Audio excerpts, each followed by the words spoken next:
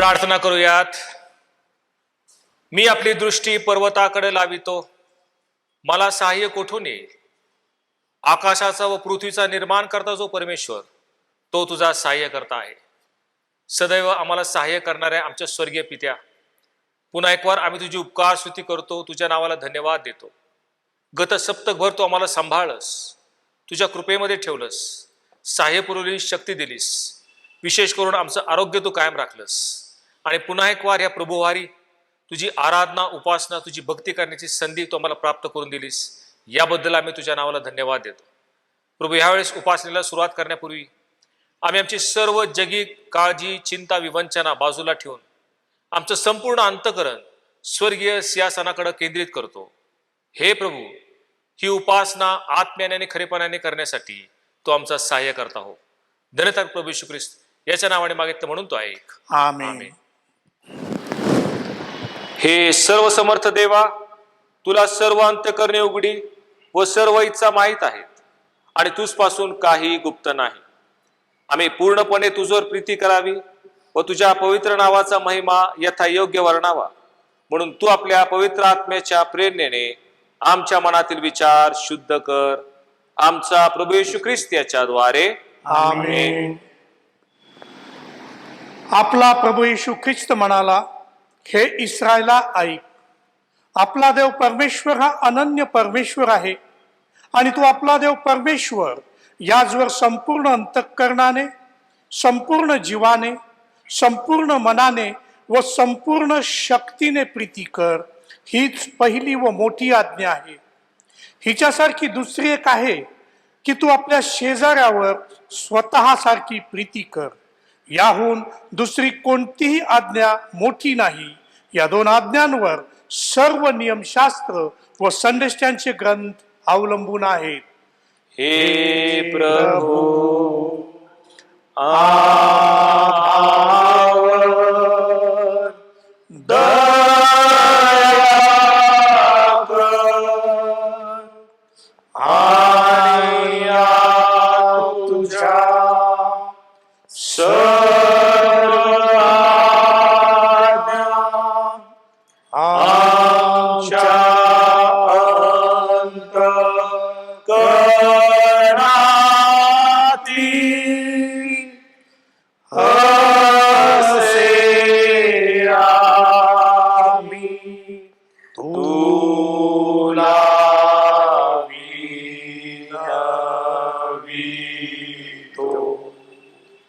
प्रभू तुम्हास असो आणि तुझ्या आत्म्यासह तो असो.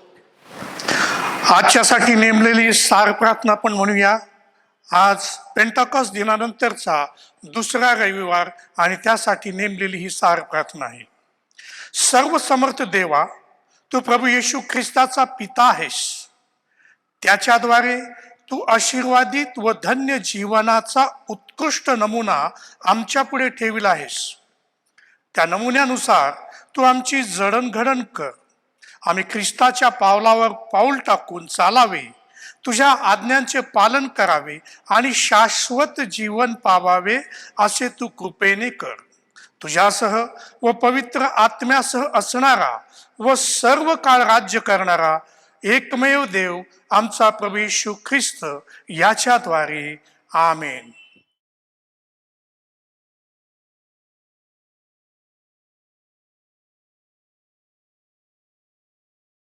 Praise lord. मृत्युंजय पुनरुत्थित प्रभू येशू ख्रिस्ताच्या गौरवी नावामध्ये आपणा सर्व लहान थोरास प्रीतीचा सलाम. प्रियांनो, आजच्या मननासाठी निवडण्यात आलेला शास्त्रपाठ आपण वाचणार आहोत. पवित्र शास्त्रातील जुन्या करारामधून स्तोत्रसंहिता याचा 91वा अध्याय आपण वाचणार आहोत. जुन्या करारामध्ये पान क्रमांक 725, स्तोत्रसंहिता 91. सर्व समर्थाच्या पंखाखाली आश्रय. जो परात्पराच्या गुप्तस्थली वसतो तो सर्व समर्थाच्या सावलीत राहील. परमेश्वराला मी माझा आश्रय, माझा दुर्ग असे म्हणतो. तोच माझा देव, त्याच्यावर मी भाव ठेवितो. कारण तो पारद्याच्या पाशापासून घातक मरीपासून तुझा बचाव करील. तो तुझ्यावर पाकर घालील, त्याच्या पंखाखाली तुला आश्रय मिळेल. त्याचे सत्य तुला ढाल व कवच आहे. रात्रीच्या समयीचे भय, दिवसा सुटणारा बाण, काळोखात फिरणारी मरी, भर दुपारी नाश करणारी पटकी, याची तुला भीती वाटणार नाही. तुझ्या बाजूस सहस्त्रवधी पडले, तुझ्या उजव्या हातास लक्षावधी पडले, तरी ती तुला भिडणार नाही. मात्र तुझ्या डोळ्यांना ती दिसेल आणि दुर्जनांना प्राप्त होणारे प्रतिफल तुझ्या दृष्टीस पडेल. कारण परमेश्वर माझा आश्रय आहे असे म्हणून तू परात्पराला निवासस्थान केले आहे. म्हणून कोणतेही अरिष्ट तुझ्यावर येणार नाही, कोणतीही व्याधी तुझ्या तंबूजवळ येणार नाही. कारण तुझ्या सर्व मार्गात तुझे रक्षण करण्याची तुझ्याविषयी तो आपल्या दिव्यदूतांना आज्ञा देईल. तुझ्या पायांना धोंड्याची ठेच लागू नये म्हणून ते तुला आपल्या हातावर झेलून धरतील. तू सिंह व नाग यांच्यावर पाय देऊन चालशील. तरुण सिंह व अजगर यांना तुडवीत चालशील. माझ्यावर त्याचे प्रेम आहे म्हणून मी त्याला मुक्त करेन. त्याला माझ्या नावाची जाणीव आहे म्हणून मी त्याला उच्च स्थळी सुरक्षित ठेवीन. तो माझा धावा करील तेव्हा मी त्याला उत्तर देईन. संकट समयी मी त्याच्याजवळ राहीन. मी त्याला मुक्त करीन. मी त्याला गौरव देईन. त्याला दीर्घायुष्य देऊन तृप्त करीन. त्याला मी सिद्ध केलेल्या तारणाचा अनुभव घडवेन. देवा वाचलेली सर्व वचने ती आपल्या सर्वांसाठी आशीर्वादित करो. आमेन. प्रभू परमेश्वराला मान, महिमा, गौरव आता सदा आणि सर्वदा असो. आमेन.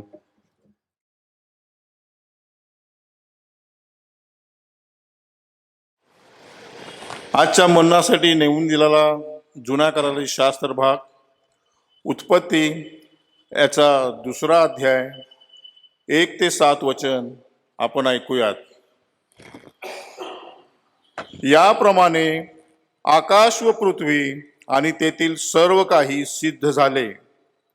देवाने केलेले आपले काम 7व्या दिवशी संपविले. केलेल्या सर्व कामापासून त्याने 7व्या दिवशी विसावा घेतला.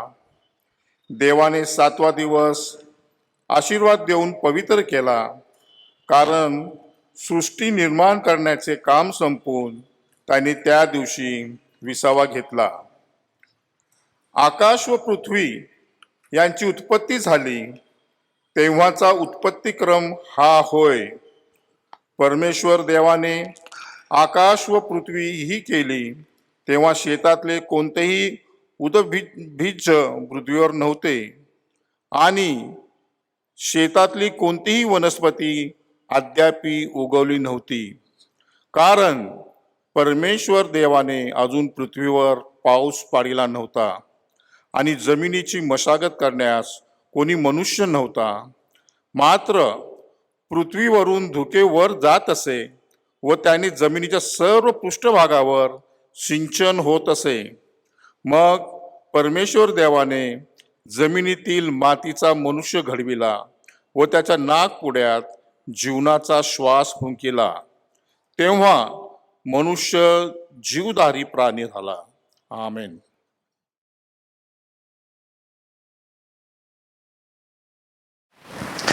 आजच्यासाठी नेमलेली सार प्रार्थना आपण म्हणूया. आज पेंटाकॉस्ट दिनानंतरचा 2रा रविवार आणि त्यासाठी नेमलेली ही सार प्रार्थना आहे. सर्व समर्थ देवा, तू प्रभू येशू ख्रिस्ताचा पिता आहेस. त्याच्याद्वारे तू आशीर्वादित व धन्य जीवनाचा उत्कृष्ट नमुना आमच्या पुढे ठेविला आहेस. त्या नमुन्यानुसार तू आमची जडणघडण कर. आम्ही ख्रिस्ताच्या पावलावर पाऊल टाकून चालावे, तुझ्या आज्ञांचे पालन करावे आणि शाश्वत जीवन पावावे असे तू कृपेने कर. तुझ्यासह व पवित्र आत्म्यासह असणारा व सर्व काळ राज्य करणारा एकमेव देव आमचा प्रभू येशू ख्रिस्त याच्याद्वारे. आमेन.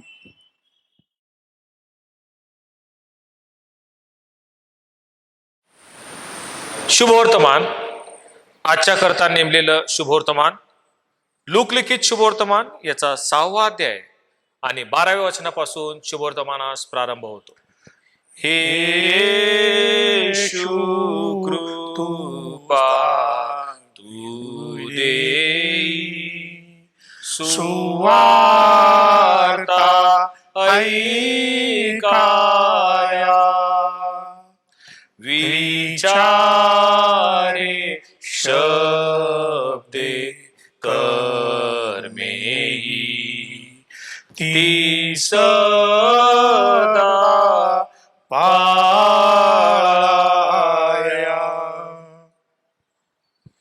त्या दिवसात असे झाले की एकदा तो प्रार्थना करावयास डोंगरावर गेला आणि रात्रभर देवाची प्रार्थना करीत राहिला. मग दिवस उगवल्यावर त्याने आपल्या शिष्यास बोलाविले आणि त्यातून पुढील 12 जणांस निवडून त्यास प्रेषित असे नावही दिले. शिमोन, त्याचा भाऊ अंद्रिया, याकोब, योहान, फिलिप, बर्थलमय, मत्तय, थोमा, अल्फीचा मुलगा याकोब, जिलोत म्हटलेला शिमोन, याकोबाचा मुलगा यहुदा आणि जो पुढे द्रोही निघाला तो यहुदा इस्कारियोत.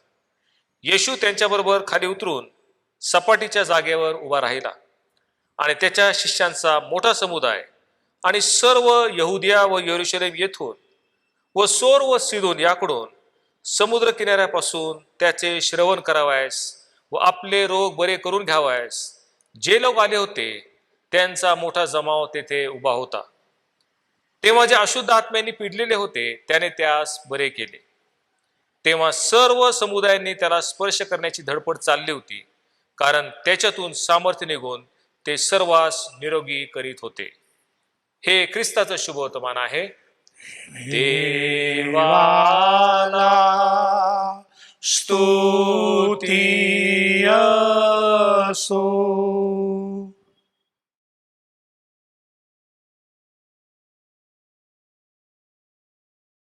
यावेळेस जो सिद्धांत संग्रह आहे तो आपण सर्वजण मिळून एकत्रितरित्या विश्वासानं प्रगट करूया.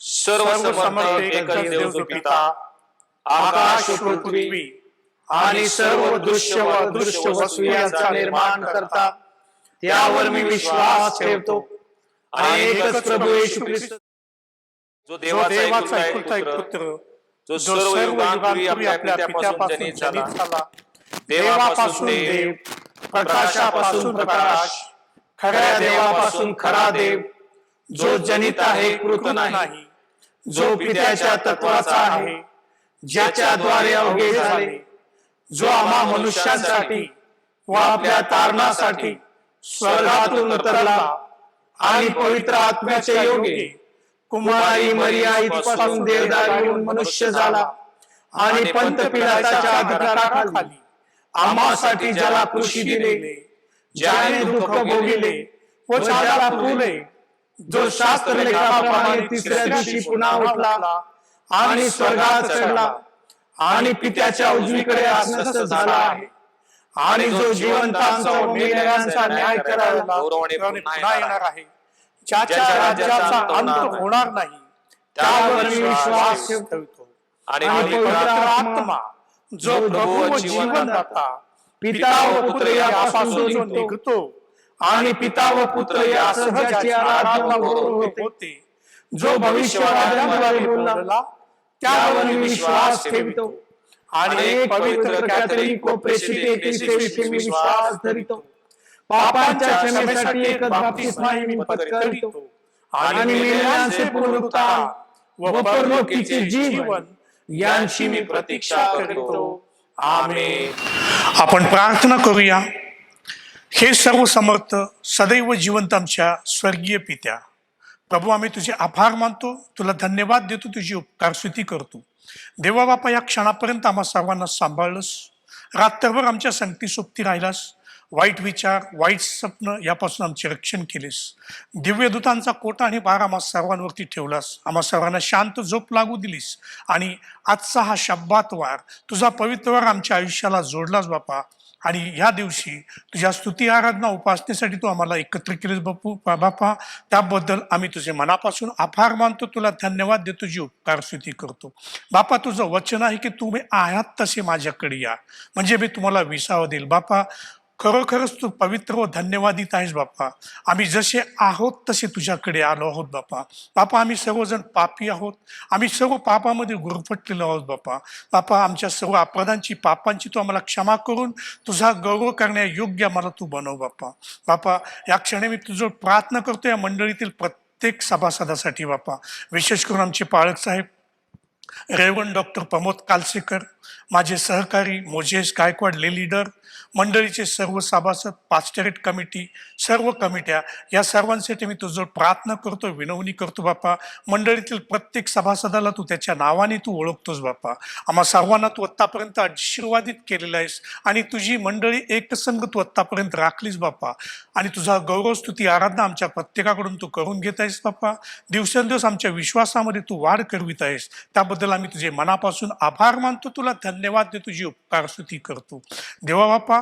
अशीच तुझी दयादृष्टी कृपा आशीर्वाद सदैव आम्हावरती ठेवून या मंडळीची तू दिवसेंदिवस वृद्धी कर, वाढ कर बापा. आणि ज्या कार्यासाठी तू आमची नेमणूक केलेली आहेस, ज्या कार्यासाठी तू आम्हाला निवडलंस बापा, ते कार्य करण्यासाठी सर्व लागणारं सर्व प्रकारचं शक्ती सामर्थ्य तुझ्या गौरवी भंडारातून पुरव आणि बापा आमच्याकडून तू गौरवला जा बापा. त्याचप्रमाणे मी प्रार्थना करतो या गेल्या सप्ताहामध्ये किंवा येणाऱ्या सप्ताहामध्ये ज्यांचे वाढदिवस होऊन गेले, त्यामध्ये विशेष करून बापा ब्रदर प्रकाश वाघमारे यांचा 9 जूनला वाढदिवस होऊन गेला, शुभमणी चांदणे यांचा 14 जूनला वाढदिवस होऊन गेला, आशा तेजस चांदणे यांचा 15 तारखेला वाढदिवस होऊन गेला आणि मोहित चांदणे यांचा 17 तारखेला वाढदिवस आहे बापा.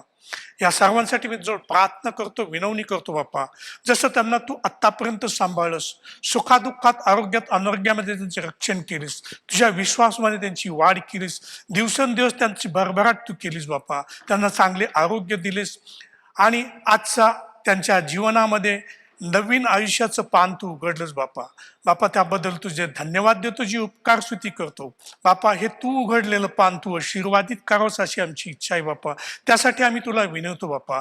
या सर्वांना तू आनंदी असे ठेव, निरोगी असे दीर्घायुष्य तू प्रत्येकाला दे बापा. जे दीर्घायुष्य ते तुझ्या सेवेसाठी व्यतीत करतील व तुझं नाव त्या सर्वांकडून उंचावलं जाईल, असे तुझ्या दये कृपेने आशीर्वादाने घडू दे. त्याचप्रमाणे बापा मी प्रार्थना करतो, ज्या कोणाचे लग्नाचे वाढदिवस होऊन गेले आहेत या सप्ताहामध्ये किंवा येणाऱ्या सप्ताहामध्ये होणारे बाप्पा, अशा सर्वांची मी तुझं प्रार्थनेमध्ये आठवण करतो बाप्पा. त्यांना जसं आत्तापर्यंत सांभाळस, त्यांनी एकमेकाला दिलेल्या अनाभाका त्यांनी तुझ्या आशीर्वादाने त्यांनी त्या पाळल्या आणि ते वृद्धिंगत पावले, त्यांची दिवसेंदिवस तू प्रगती केलीस, त्यांना तू आशीर्वादित केलंस बाप्पा.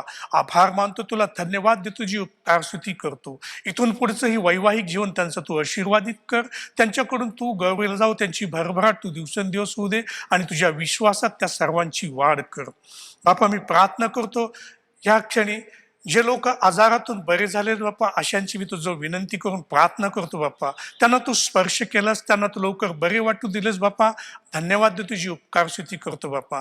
त्यांना तू दिलेलं जे आरोग्य आहे ते आरोग्य त्यांनी तुझ्या सेवेसाठी वापरावे व तुझा गौरव त्यांच्याकडून व्हावा, अशी तुझ्या दये कृपेने आशीर्वादाने कर बापा. त्याचप्रमाणे बापा मी प्रार्थना करतो ब्रदर सुभक्तिराज चांदणे बापा यांच्यासाठी बापा. त्यांना मध्यंतरी पॅरालिसिसचा अटॅक आला होता, त्यामुळे त्यांना बोलण्यामध्ये आजही अडखळण येत आहे बापा. बापा तुझ्या स्पर्शाने त्यांना तू बरे केलेस बापा आणि विश्वास आणि खात्री हीच आहे बापा की त्यांना तू पूर्णपणे संपूर्ण बरे करून त्यांच्या मुखातून तू बोलणार आहेस बापा. बापा तुला विनवतो की तुझ्या स्पर्शाची त्यांना गरज आहे बापा. बापा तू फक्त शब्द बोल म्हणजे ते पूर्णपणे बरे होतील. त्याचप्रमाणे बापा इतर जे असंख्य रुग्ण आहेत बापा या धर्तीवरती, त्यामध्ये तुझ्याकडे नेत्रलन तुझ्या दये करुणेच्या आशेने वाट पाहणारी दिनदुबळे असहाय्य गरीब लोक आहेत. विशेष करून ह्या करोना रोगामुळे तसंच म्युकरमायकोसिस या रोगामुळे ग्रस्त झालेले लोक आहेत. विशेष करून त्यांचे नातेवाईक आहेत बापा. शारीरिकदृष्ट्या, मानसिकदृष्ट्या, आर्थिकदृष्ट्या रंजले गंजले दिनदुबळे असहाय्य गरीब लोक आहेत बापा. त्यामध्ये आमचेही नातेवाईक आहेत, प्रियजन आहेत, सगळे संबंधी, मित्र परिवार, अशा सर्वांसाठी बापा तुझं रदबदली मागतो, तुझं प्रार्थना करतो, तुला विनवतो बापा. आम्हा सर्वांना तू स्पर्श कर बापा आणि या सर्व जगिक अडचणी, चिंता, संकट, व्याधी, विकार, विचारातून आमची संपूर्णपणे मुक्तता कर बापा. बापा तुझा स्पर्श तू आम्हाला सर्वांना यासाठी कर बापा, की जेणेकरून आम्ही पूर्णपणे बरे होऊन तुझा गौरव आम्ही करावा. बापा, तुझ्या दिव्यदूतांचा कोट आणि पार आम्हा सर्वांवरती असू दे. तुझ्या चौपदरी अग्नीचे कुंपण आम्हा सर्वांवरती घाल बापा, जेणेकरून आम्हा सर्वांचे तारण होऊन आम्ही सर्वजण रोगमुक्त हो, तुझा गौरव आम्ही करू, असे तुझ्या दये कृपेने आशीर्वादाने कर बापा. बापा, काही अधिक मागितले असेल तर तू क्षमा कर बापा. माझ्या या सर्व प्रार्थना, विनवण्या, विनंत्या तुझ्या चरणासवर तुझ्या इच्छेसाठी मी सादर करीत आहे बापा.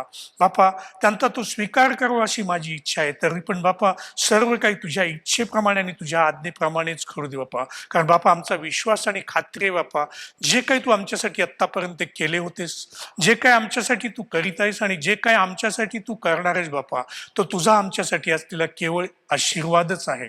तरी पण बापा, आम्ही तुला फक्त एकच विनवणी करतो, हे बापा, आम्हावरती दया कर आणि तुझी शांती तू आम्हा सर्वांस दे. ही लहानशी विनंती धन्य तारणा आमचा प्रभू येशू ख्रिस्त याच्या पवित्र आणि गोड नावात करतो, म्हणून तू ऐक. आमेन. प्रियांनो, मंडळीसाठी एक विशेष सूचना आहे. दिनांक 10 जून 2021 रोजी पुणे धर्मप्रांताचे बिशप साहेब, right reverend Paul Dupare bishop साहेब यांनी एक ऑर्डर काढलेली आहे आणि त्या ऑर्डरचा आशय मी आपल्याला वाचून दाखवत आहे. ही ऑर्डर पास्टरल अरेंजमेंट किंवा पाळकीय नियुक्ती संबंधाने आहे. दिनांक 10 जून 2021 पासून मी म्हणजे रेव्हरंड डॉक्टर प्रमोद कालसेकर यांची बदली Saint Mary's English church camp Pune या ठिकाणी ऑनररी प्रेस्बिटरी इंचार्ज म्हणून करण्यात आली आहे. परंतु हे करत असतानाच Saint Matthew's Marathi church Pune याच ठिकाणी मला म्हणजे रेव्हरंड डॉक्टर प्रमोद कालसेकर यांना ऑनररी प्रेस्बिटरी इंचार्ज म्हणून ॲडिशनल चार्ज किंवा अतिरिक्त अधिकार असा देण्यात आलेला आहे. आणि त्यामुळं सध्या रेव्हरंड डॉक्टर प्रमोद कालसेकर यांना saint Mary English church camp आणि saint Matthew's Marathi church Pune या दोन्ही मंडळीचे ऑनररी प्रेस्बिटरी इंचार्ज म्हणून पुणे धर्मप्रांताचे बिशप साहेब, right reverend Paul Dupare bishop साहेब यांनी नियुक्ती केलेली आहे. याची सर्व मंडळीने नोंद घ्यावी. त्याचप्रमाणे सध्या एपिफनी चर्च सोलापूर या ठिकाणी कार्यरत असलेले रेव्हरंड सचिन पारवे पाळक साहेब यांची नियुक्ती Saint Matthew's Marathi church Pune या ठिकाणी असोसिएट प्रेस्बिटर म्हणून करण्यात आलेली आहे. या ऑर्डरची सर्वांनी नोंद घ्यावी अशी आपल्याला विनंती आहे. प्रियांनो, आपल्या चर्चचे सेवक ब्रदर प्रेम साळवी हे मागील महिन्यामध्ये आजारी होते, परंतु परमेश्वराने आपल्या आरोग्यदायी हाताचा स्पर्श त्यांना केला, त्यांना पुरवत आरोग्यदान दिलं आणि म्हणून उपकार स्तुतीने भरलेल्या अंतकरणानं आशीर्वादाची प्रार्थनेसाठी ते या ठिकाणी हजर झालेले आहेत. आपण त्यासाठी प्रार्थना करणार आहोत. आपण प्रार्थना करूयात. पवित्र पवित्र पवित्र सेनाधीश परमेश्वरा, आकाश आणि पृथ्वी यांचे उत्पन्न करते आमच्या एकमेव जिवंत अशा देवा, आम्हा प्रत्येकाला तू या जगामध्ये जीवनाला घालतोस. विशेष करून प्रभू तुझे दास ब्रदर प्रेम साळवी यांच्या जीवनाबद्दल आम्ही तुझे आभार मानतो. एक उत्तम असं जीवन त्यांना तू दिलंस, उत्तम कौटुंबिक जीवनाचा सहवास त्यांना तू लाभू दिलास. विशेष करून परमेश्वरा, तुझ्या मंदिरातली इतकी प्रदीर्घ काळची सेवा तू मान्य करून घेतलीस, ती आशीर्वादित केलीस. या तुझ्या सर्व दयेबद्दल आम्ही तुझे आभार मानतो, तुझ्या नावाला धन्यवाद देतो. प्रभू, गेल्या महिन्यामध्ये ते आजारी असताना विशेष करून जे काही औषधोपचार त्यांच्यावर चालू आहेत ते तू आशीर्वादित आणि परिणामकारक केलंस. तुझ्या आरोग्यदात्याचा स्पर्श त्यांना तू केलास. त्यांना पुरवत आरोग्यदान प्राप्त करून पुन्हा एक वार तुझ्या मंदिराची सेवा अतिशय उत्साहाने आणि खंबीरपणे करण्यासाठी त्यांना तू सहाय्य करता झालास. या तुझ्या सर्व दयेबद्दल आम्ही तुझे आभार मानतो, तुझ्या नावाला धन्यवाद देतो. तस प्रार्थना करतो प्रभू, उर्वरित आयुष्यामध्ये त्यांना असंच प्रभू तू आरोग्यदान द्यावंस, त्यांना सुखी समाधानी आनंद ठेवावीस. विशेष प्रभू प्रेम साळवी आणि त्यांची पत्नी या उभयतांना प्रभू आशीर्वादित करून त्यांना दीर्घायुष्य करावंस. त्याच्या मनामधले जे मनोकामने ते सर्व सिद्धीस नावे असे आम्ही तुझ्याकडे प्रार्थना करतो. हे सर्व मागणं दरतार प्रभू येशू ख्रिस्त याच्या नावाने मागितलं म्हणून तो ऐक. आपला मुखप्रकाश तुमच्यावर पाडून तुमच्या कृपा करो. परमेश्वर तुमच्याकडे प्रसन्न मुख करून तुम्हाला शांती देव. शांतीने राहा. शांतीचा देव सदा सर्व काळ तुम्हाचा असो. आमेन.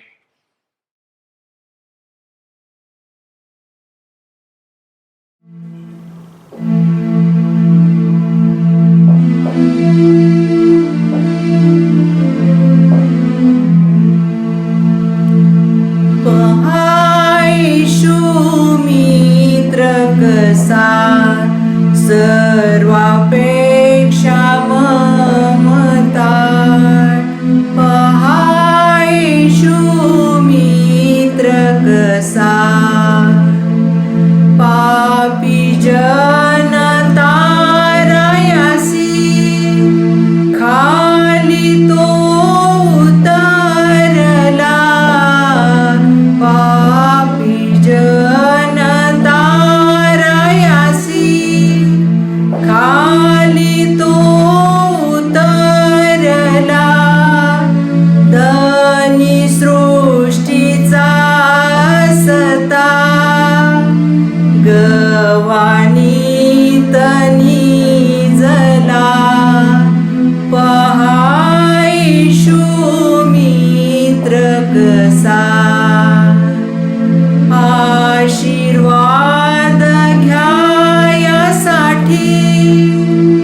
लोक बाळानिती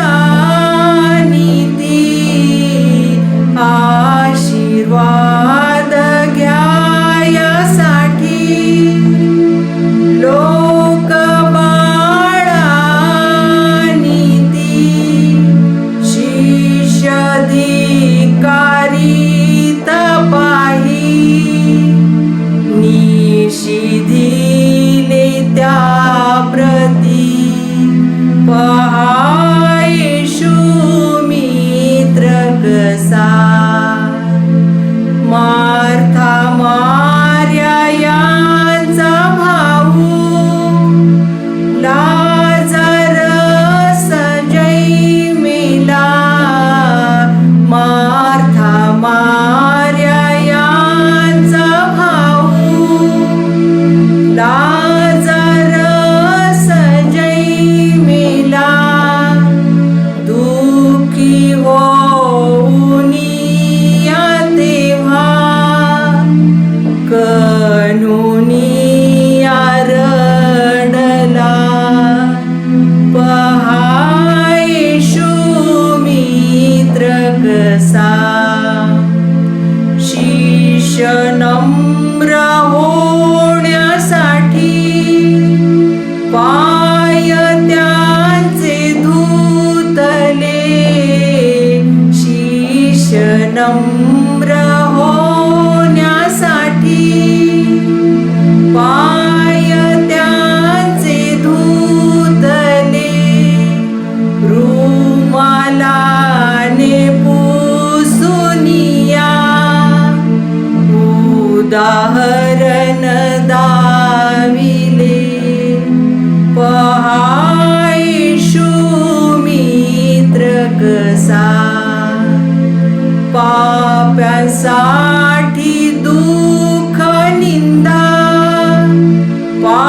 पाठलाग सोशिला पाप्यांसाठी दुःख निंदा पाठलाग सोशिला कुशिबाला साहुनिया प्राण त्याने सोडिला पहा येशू मित्र कसा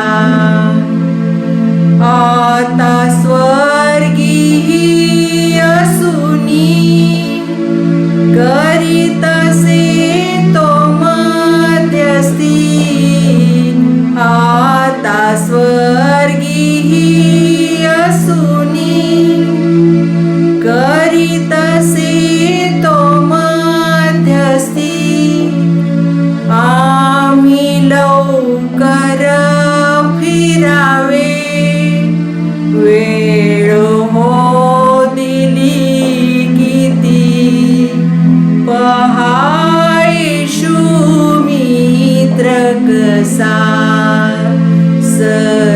सर्वापेक्षा ममताळ पहा येशू मित्र कसा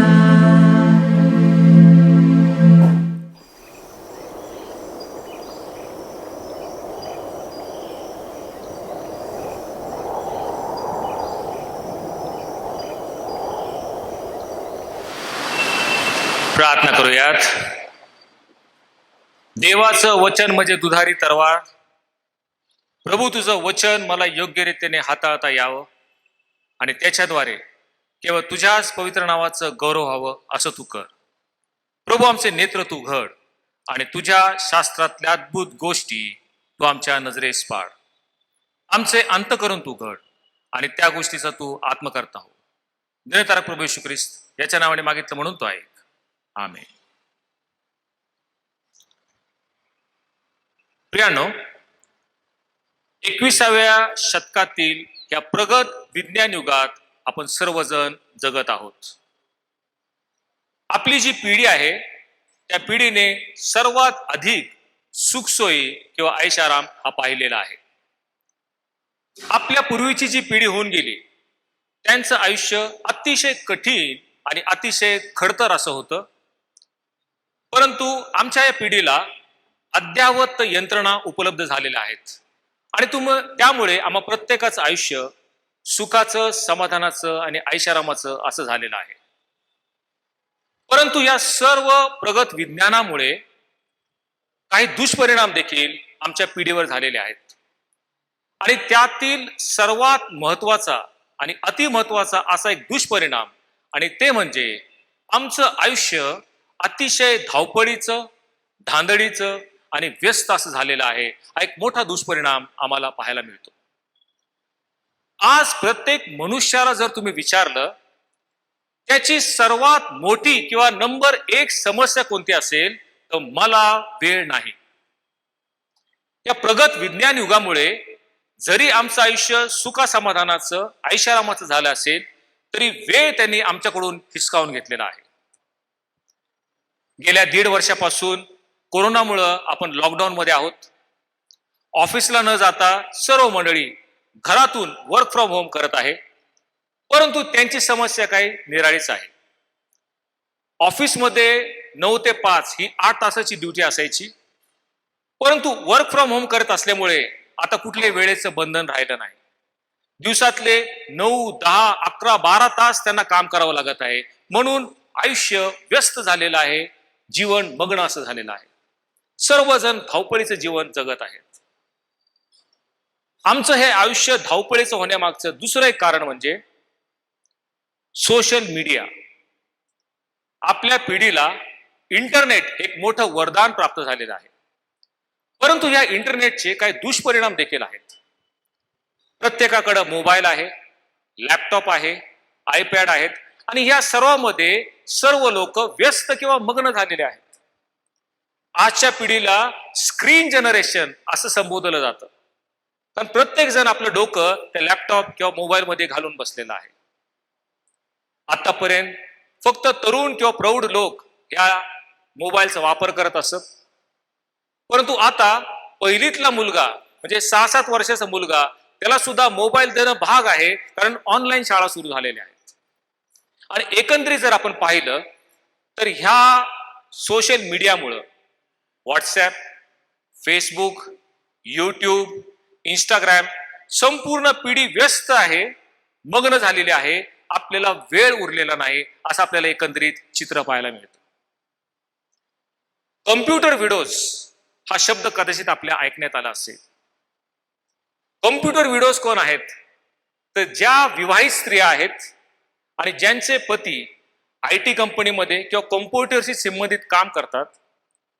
दिवसभरातले बरेच तास त्यांना त्या कम्प्युटर पुढे बसावे लागते आणि म्हणून त्यांना त्यांच्या पत्नीला देखील देण्यासाठी वेळ नाही आणि म्हणून विवाहित असून सुद्धा जणू काय ते विधवा झालेले आहेत, ज्यांना कम्प्युटर व्हिडिओज असं म्हटलं जातं. आपण पाहतो संपूर्ण पिढी व्यस्त झालेली आहे, स्क्रीन पुढे असल्यामुळं कुणालाही वेळ राहिलेला नाही. एकंदरीत आपण पाहिला तर मनुष्य मात्रामध्ये कोणता दुष्परिणाम पाहायला मिळतो. मनुष्याचं जीवन धावपळीचं, धांदलीचं होऊन बसलेलं आहे. 24 तासामध्ये तो शिफ्ट ड्युटी करतो, कष्ट करतो, परिश्रम करतो, घाम गाळतो, रक्ताचं पाणी करतो आणि हे सर्व करण्यामध्ये त्याला स्वतःसाठी, स्वतःच्या कुटुंबासाठी नवे ज्या परमेश्वराने त्याला निर्माण केलं त्या परमेश्वरासाठी सुद्धा मनुष्याला वेळ उरलेला नाही. ही आजची एक शोकांतिका आहे, ही आमची पिढीची एक खंत आहे. मनुष्याकडं वेळ उरलेला नाही. आपला निर्माण करता पण त्या निर्माणकर्त्याचं विस्मरण आजच्या पिढीला झालेलं आहे, कारण त्यांच्याकडे वेळ नाही. ज्याने त्यांना सुंदरचं आयुष्य दिलं त्या आयुष्यामध्ये त्या परमेश्वराला देण्यासाठी त्यांच्याकडे वेळ उरलेला नाही. आमच्या प्रत्येकाची दिनचर्या इतक्या व्यस्त होऊन बसलेली आहे की परमेश्वराला वेळ वेगळा आम्हाला काढता येत नाही. परमेश्वरासाठी आमच्याकडे वेळ नाही. आणि अशीच काय अवस्था बेथाने येथे राहणाऱ्या मार्थेची देखील होते. लुक्रु शुभवर्तमान याचा 10वा अध्याय आणि 38वा वचन, त्यामध्ये आपण काय पाहतो. बेथाने या ठिकाणी मार्था, मरिया आणि त्यांचा भाऊ लाजार हा राहत असत. आणि ज्या ज्या वेळेस येशू त्याच्या शिष्यांबरोबर बेथानी येथे जात त्यांच्या घरी तो उतरत असत. ज्यावेळेस येशू येईल त्यावेळेस मार्थेने त्याचं स्वागत केलेलं आहे आणि मरिया येशूच्या जवळ जाऊन त्याच्या चरणापाशी त्याची भाषण ऐकण्यात ती व्यस्त झाली, मग्न झाली.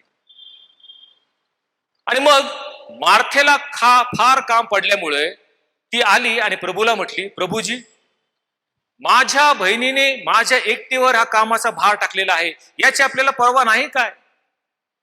मला सहाय्य करण्यास तुम्ही तिला सांगा. तेव्हा येशूने तिला काय उत्तर दिलं? येशू मार्थेला म्हणाला, मार्थे मार्थे, तू पुष्कळ गोष्टींविषयी काळजी व दगत करतेस, एकाच गोष्टीचं अगत्य आहे. मरियेने चांगला वाटा निवडून घेतला आहे, तो तिसपासून काढून घेतला जाणार नाही. कोणता चांगला वाटा मरियेने निवडून घेतला होता? जे आपलं दैनंदिन जीवनातलं व्यस्त काम आहे, ते कामातून थोडीशी विश्रांती घेऊन प्रभूच्या चरणापाशी बसायचं, त्याचे 2 शब्द ऐकायचे, ते वचन ग्रहण करायचं, त्याच्यावर मनन करायचं आणि त्याद्वारे आपल्या जीवनामध्ये परिवर्तन आणण्याचा चांगला वाटा मरियेने निवडून घेतला होता. आणि येशूने म्हटला, हा वाटा तिसपासून काढून घेतला जाणार नाही. प्रियांनो, नेमका हाच मरियेचा वाटा आमच्या पिढीतील अनेक जण हिरावून बसलेले आहेत. प्रभूचरणी बसून त्याचं वचन ऐकायचे, त्यावर मनन करायचं, चिंतन करायचं, यासाठी आमच्याकडे वेळच उरलेला नाही. आणि प्रत्येक ख्रिस्ती मनुष्याची एक खंत, एक शोकांतिक आहे की परमेश्वरासाठी आमच्याकडे वेळ नाही. आज ह्या प्रश्नावर उपाय शोधण्याचा, उत्तर शोधण्याचा आपण प्रयत्न करणार आहोत. आणि ह्या प्रश्नाचं उत्तर आहे, आणि ते म्हणजे सेला. सेला हे त्याचं उत्तर आहे. हा शब्द ऐकून अनेकांना आश्चर्य वाटले असेल. आता सेला हा काय प्रकार आहे? मी अनेक ख्रिस्ती विश्वासणाऱ्यांना विचारलं आणि बहुतांश लोकांना सेला हा शब्द कधी ऐकण्यात आला नव्हता. त्याचा अर्थ काय लोकांना माहित नाही. पण मला तुम्हाला सांगू द्या, सेला हा शब्द खुद्द पवित्र शास्त्रामध्ये अनेक वेळा आलेला आपल्याला दिसून येतो. एवढंच नव्हे, 1 नव्हे, 2 नव्हे, तर 74 वेळा सेला हा शब्द पवित्र शास्त्रामध्ये नमूद केलेला आहे. परंतु बहुतांश ख्रिस्ती विश्वासणाऱ्यांना याच्याविषयी फारशी माहिती नाही. सेला हा एक इब्री शब्द आहे आणि सेला या शब्दाचं भाषांतर न करता आहे तसा तो पवित्र शास्त्रामध्ये नमूद करण्यात आला आहे. असे अनेक शब्द आपल्याला पवित्र शास्त्रामध्ये दिसतात की मूळ भाषेमधून तसेच तसे ते पवित्र शास्त्रामध्ये लिहिले गेलेले आहे. उदाहरणार्थ, इम्मॅन्युअल. इम्मॅन्युअल हा एक इब्री शब्द आहे आणि त्याचा अर्थ अम्मा सान्निध्य देव. मत्ते कृषीवर्तमानाच्या पहिल्या अध्यायामध्ये आपण वाचतो, त्यांचं नाव तू येशू ठेव. याचा अर्थ इम्मॅन्युअल म्हणजे अम्मा सान्निध्य देव असा होतो. दुसरा एक शब्द आहे आणि तो म्हणजे पेंटिकॉस्ट. प्रेषितांची कृत्याच्या 2ऱ्या अध्यायामध्ये पेंटिकॉस्ट याचा अर्थ 50वा दिवस. पेंटिकॉस्ट हा एक ग्रीक शब्द आहे, परंतु भाषांतर न करता तसाचा तसा तो पवित्र शास्त्रामध्ये नमूद केला गेलेला आहे. त्याप्रमाणे प्रगटीकरण याचा 19वा अध्याय, त्यामध्ये हालेलुया हा शब्द येतो. हा देखील मूळ ग्रीक शब्द आहे. हालेलुया याचा अर्थ देवाची स्तुती असो, परंतु आहे तसा तो पवित्र शास्त्रामध्ये आपल्याला दिसत आहे. अशाच प्रकारे सेला हा शब्द आपल्याला पवित्र शास्त्रामध्ये दिसतो. हा शब्द आम्हाला कुठे आढळतो? पवित्र शास्त्रामध्ये स्तोत्र संहिता या नावाचा एक काव्य ग्रंथ आहे. साधारण 150 स्तोत्र पवित्र शास्त्रामध्ये नमूद केलेले आपल्याला दिसतात. आणि हे जे स्तोत्र आहेत, तत्कालीन यहुदी मंडळी किंवा यहुदी समाज उपासना करत असताना मंदिरामध्ये गीताच्या रूपानं परमेश्वराला आराधना, उपासना, गौरव प्रगट करण्यासाठी स्तोत्र संहिता ते करत असत. स्तोत्र संहिता गायन रूपानं परमेश्वराला ते सादर करत असत. जसं आज आमच्या मंडळीमध्ये उपासना संगीत किंवा गीत संग्रह यातून आम्ही परमेश्वराला गीत गातो, त्याची आराधना, गौरव करतो, तसं तत्कालीन यहुदी समाज उपासना होत असताना स्तोत्र आहेत ते गीताच्या रूपानं परमेश्वराला सादर करत असत. स्तोत्र गाऊन परमेश्वराची आराधना करत असत. त्यावेळेस वेगवेगळे वाद्य वाजवले जात असत. वीणा, सारंगी, डफ, डमरू, तंतुवाद्य या सर्वांच्या वाद्य गात हे स्तोत्र परमेश्वराला आराधनेच्या रूपाने जात असत. आणि मग स्तोत्रामध्ये जर आपण वाचलं तर ह्या स्तोत्रांमध्ये एखादं कडवं झालं की खाली सेला हा शब्द येतो. सेला या शब्दाचा अर्थ काय? सेला म्हणजे थांबा, स्तब्ध व्हा, स्थिर व्हा. Pause and meditate. तुम्ही विश्रांती घ्या, विसावा घ्या आणि जे काय तुम्ही आता गायलेलं आहे त्याच्यावर थोडा विचार करा, त्याचा अर्थ समजून घ्या, त्याचं गांभीर्य ओळखा आणि नंतर पुढील गीत तुम्ही गा. अशा अर्थानं सेल हा शब्द आपल्याला दिसत आहे. अर्थात पवित्र शास्त्रातील काही भाषांतरामध्ये सेल हा शब्द वगळण्यात आलेला आहे, परंतु Marathi Bible society of India याचं भाषांतर जर आपण वाचलं तर त्यामध्ये सेल हा शब्द स्तोत्रामध्ये आवर्जून आढळतो. त्याचप्रमाणे इंग्लिशमध्ये किंग जेम्स वर्शन या भाषांतरामध्ये सेल हा शब्द नमूद केलेला आपल्याला दिसतो. सेला या शब्दाचा अर्थ, ज्यावेळेस तुम्ही गीत गाल ते स्तोत्र रूपानं गीत गात असताना सेला हा शब्द आला की संपूर्ण मंडळी आपलं गायन थांबवायची. जे वाद्य आहे ते संगीत चालू राहायचं, वीणा, बासरी, तंतुवाद्य हे गीत संगीत चालू राहायचं. परंतु जे गीत तुम्ही गात आहात ते गीत गात असताना सेला म्हटले की थांबा, सर्व जणांनी थांबायचं, ते गीत थांबवायचं, स्तब्ध व्हायचं आणि आत्ता जे आपण गायलेलं आहे त्याचा अर्थबोध काय होतो, त्याचं मर्म काय आहे हे समजून मग तुम्ही पुढे चालू करायचं. ह्या शब्दाचा अर्थ सेला असा आपण पाहत आहोत. सेला म्हणजे थांबा किंवा स्तब्ध व्हा. आणि इब्री लोक वारंवार स्तोत्र संहितेतले गीत गाताना सेला या शब्दाला थांबत असत, विचार करत असत, मनन करत असत, जे आपण गायलं त्याच्यावर चिंतन करत असत आणि मग पुढील गीत पुन्हा सुरू करत असत. या अर्थानं सेला हा शब्दाला आपल्याला दिसत आहे. प्रियानो, सेला, पॉज अँड मेडिटेट. थांबा, स्तब्ध व्हा, स्थिर राहा, थोडा विश्रांती घ्या, विसावा घ्या आणि जे आत्ताच तुम्ही बोललात, जे आत्ताच तुम्ही गायले त्याचा अर्थ काय ह्याच्यावर विचार करा, त्याचं मर्म तुम्ही ओळखा आणि मग पुढील गीत तुम्ही गा. याला सेला असं म्हटलं जायचं. सेला म्हणजे थांबा. कोणत्या अर्थाने हा शब्द आपण घेऊ शकतो? प्रियांनो, हे जे व्यस्त जीवन आपण आज जगत आहोत, आमच्या पिढीला धावपळ, धांदल याचा एक जणू काय शाप लागलेला आहे आणि म्हणून या धांदलीच्या गडबडीच्या जीवनातून परमेश्वर आज आम्हाला एक संदेश देत आहे. तो संदेश केवळ एक शब्दाचा आहे आणि तो शब्द म्हणजे सेला. सेला, तुम्ही थांबा, थोडं स्तब्ध व्हा. ज्या निर्माणकर्त्याने तुम्हाला निर्माण केलं आहे त्याचं स्मरण तुम्ही करा, त्याची आराधना, त्याचं गौरव तुम्ही करा. आपल्या धांदलीच्या जीवनातून थोडा विसावा घ्या. सेला. आमच्या या धावपळीच्या धांदलीच्या जीवनामध्ये सेला घेणं का गरजेचं आहे? हे फार गरजेचं आहे, कारण स्वतः परमेश्वर जो सर्व समर्थ देव आमचा निर्माण करता त्याने देखील सेला हा घेतला, त्याने देखील विसावा घेतला असं आपल्याला दिसतं. उत्पत्तीचं पहिलंच पुस्तक आणि पहिलाच अध्याय, परमेश्वराने आकाश व पृथ्वी उत्पन्न केली आणि आपण पाहतो 6 दिवसामध्ये ही सृष्टी निर्माण करण्याचं काम परमेश्वराने केलं. पहिल्या दिवशी तो म्हटला प्रकाश हो आणि प्रकाशाने अंधकार त्याने वेगळा केला. दुसऱ्या दिवशी त्याने अंतराळ निर्माण केलं आणि जल त्यापासून विभागलं गेलं. तिसऱ्या दिवशी जलापासून त्यांनी कोरडी भूमी केली आणि सर्व वनस्पती त्यावर निर्माण केली.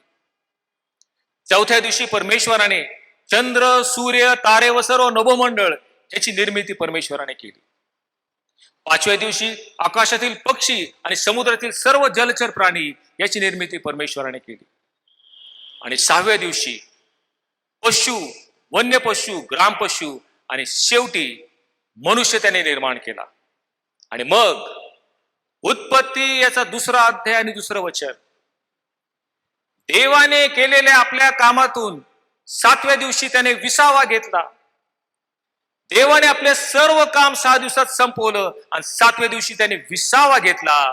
देवाने सेला घेतला आणि 7वा दिवस त्याने आशीर्वादित करून पवित्र केला, कारण सृष्टी निर्मितीच्या कामापासून देवाने 7व्या दिवशी विसावा घेतला असं पवित्र वचन आम्हाला सांगतं. स्वतः परमेश्वराने विसावा घेतलेला आहे. आपल्या व्यस्त कामातून त्याने सेला म्हणजे विसावा घेतला आणि म्हणून आम्ही सुद्धा सेला घेणं, विसावा घेणं, विश्रांती घेणं गरजेचं आहे. प्रियानो, परमेश्वराने विसावा का घेतला असेल? 6 दिवस सृष्टी निर्मितीचं काम करून परमेश्वर थकला, भागला, दमला म्हणून त्याने विसावा घेतला काय? नाही प्रियांनो, आमचा परमेश्वर सर्व समर्थ, सर्व शक्तिमान, सर्व व्यापी आणि सर्व ज्ञानी देव आहे. थकायची भागायची त्याला कुठलीच गरज नव्हती. तो फक्त बोलला आणि सर्व काय झालं. परंतु तरी त्याने सेला घेतला, विश्रांती घेतली, कारण त्याच्या तत्वामध्ये ते बसत होते. कुठलंही कामकाज केल्यानंतर सेला घेणं हे योग्य आणि उचित आहे, कारण स्वतः परमेश्वराने सेला किंवा विश्रांती घेतलेली आहे. स्वतः परमेश्वर सेला घेतो एवढंच नाही, तर तुम्ही आणि मी जे त्याचे अनुयायी, त्याचे विश्वासणारे, यांना देखील विसावा घेण्यासाठी, आपल्या जीवनात थांबून स्तब्ध होऊन परमेश्वराचं अध्ययन करण्यासाठी तो आम्हाला आज्ञा देत आहे, हे देखील आम्ही समजून घेतलं पाहिजे. ज्यावेळेस मोशे इस्रायल लोकांना घेऊन वचनदत्त देशाकडे चाललेला असताना, रानावानातून भटकंती करताना ते सिनाय पर्वतावर आले आणि परमेश्वराने मोशेला सिनाय पर्वतावर बोलवलं. 40 दिवस आणि 40 रात्र मोशे सिनाय पर्वतावर होता. त्यावेळेस परमेश्वराने त्याला नियमशास्त्र दिलं आणि ह्या नियमशास्त्रामध्ये परमेश्वराने त्यांना 10 आज्ञा दिल्या. ह्या 10 आज्ञेपैकी चौथी आज्ञा कोणती आहे? निर्गम याचा 20वा अध्याय 8वं वचन. परमेश्वर इस्रायल लोकांना एक आज्ञा देत आहे. तू 6 दिवस श्रम करून आपले कामकाज कर, पण 7वा दिवस परमेश्वराचा शब्बात आहे, त्या दिवशी कुठलेच कामकाज करू नको. परमेश्वराची यहुदी लोकांना सक्त ताकीद होती, 7व्या दिवशी कुठलंही कामकाज करायचं नाही. त्या दिवशी तुम्ही सेला म्हणजे विसावा घ्यायचा. आणि कोणी कोणी सेला घ्यायचा आहे? तर परमेश्वर त्यांना ताकीद देत आहे. तू, तुझा मुलगा, तुझी मुलगी, तुझा दास, तुझी दासी, तुझे गुरे ढोरे आणि वेशीच्या आत आलेला तुझा उपरी, याने देखील विसावा घ्यायचा. कडक शब्दात पाळण्याचा आज्ञा परमेश्वराने त्याला दिली आहे. तुम्ही विसावा किंवा सेला घेतलाच पाहिजे. परमेश्वराचा त्यांना सल्ला किंवा सूचना नव्हती, ती एक कडक आज्ञा होती.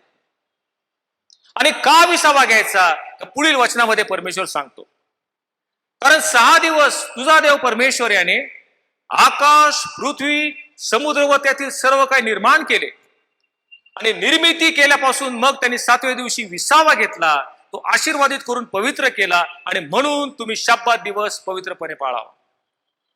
परमेश्वराची त्यांना सक्त ताकीद होती. शब्बात दिवसाची आठवण ठेवून तुम्ही तो पवित्रपणे पाळा. त्या दिवशी तुम्ही सेला म्हणजे विसावा घ्या. हे करणं क्रमप्राप्त होतं आणि केलं नाही तर गणना याचा 15वा अध्याय 32वा वचन.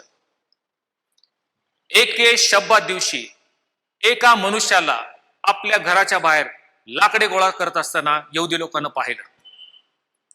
ताबडतोब त्याला धरलं, त्याला अटक केली आणि मोशेकडे ते घेऊन आले. कारण त्याच्याविषयी काय करावं याच्याविषयी स्पष्ट काय लिहिलं नव्हतं. तेव्हा मोशे परमेश्वराकडे गेला आणि तो म्हटला, या मनुष्याने शब्दात दिवशी लाकडं गोळा केल्याचं काम त्याने केलेलं आहे, याचं आम्ही काय करावं? स्वतः परमेश्वर मोशेला म्हटला, या मनुष्याला अवश्य जीवे मारावे. सर्व मंडळीने ह्याला छावणीच्या बाहेर जाऊन त्याला दगडमार करून जीवे मारावे. आणि परमेश्वराच्या आज्ञेप्रमाणे त्या मनुष्यानं शब्दात मोडला, विसावा न घेता लाकडे गोळा केली, म्हणून छावणीच्या बाहेर त्याला नेलं. संपूर्ण मंडळीने त्याला दगडमार केलं आणि तो मनुष्य मेला असं आम्हाला दिसतं. इतकी परमेश्वराची कडक आज्ञा होती. तुम्ही शब्दात पाळलाच पाहिजे, तुम्ही विसावा विश्रांती घेतलीच पाहिजे. घेतली नाही तर तुम्हाला जीवानिशी दगडमार करून त्याला ठार मारायचं होतं. अशी भयंकर आज्ञा परमेश्वराची होती. प्रियांनो, फार महत्वाचं सेला घेणं परमेश्वराच्या दृष्टिकोनातून फार महत्वाचं आहे.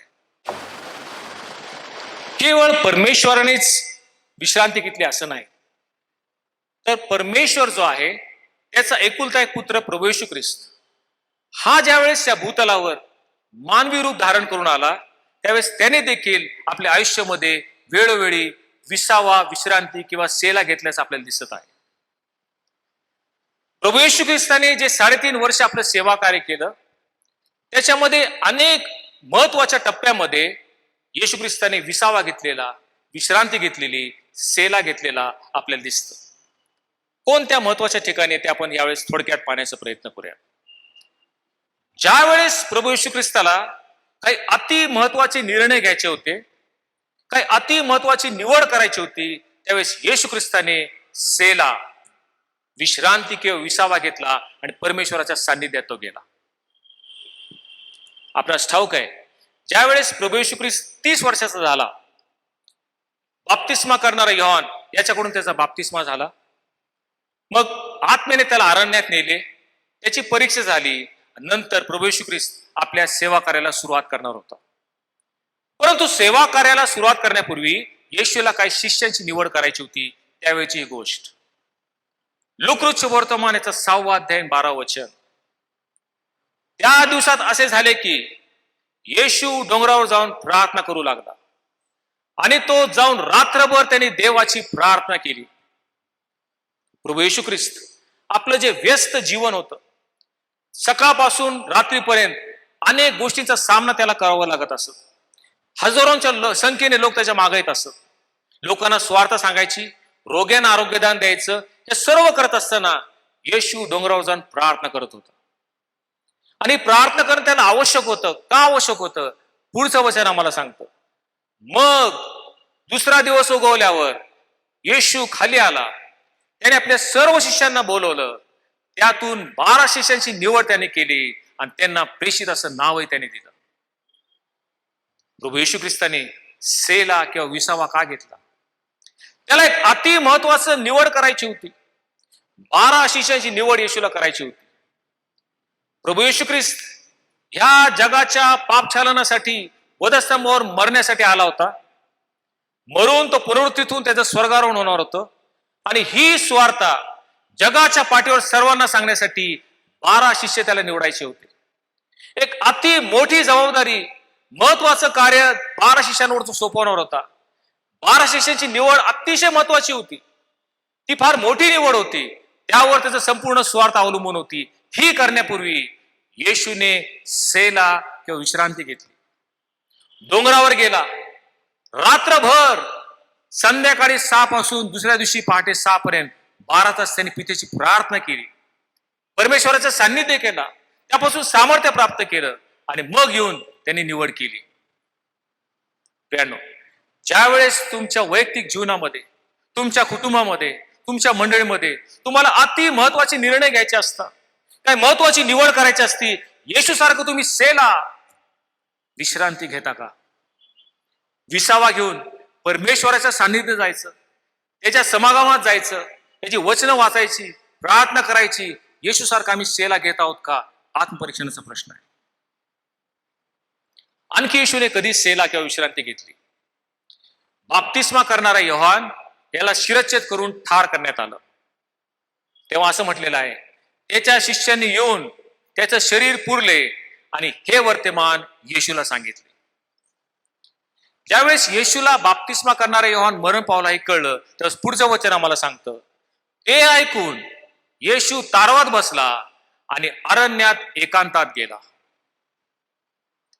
ज्या वेळेस येशू व्याकुळ होत असत, त्याचं मन अस्वस्थ होत असत, तो भावनावश होत असत, त्यावेळेस प्रभू येशू सेला किंवा विसावा घेत असत.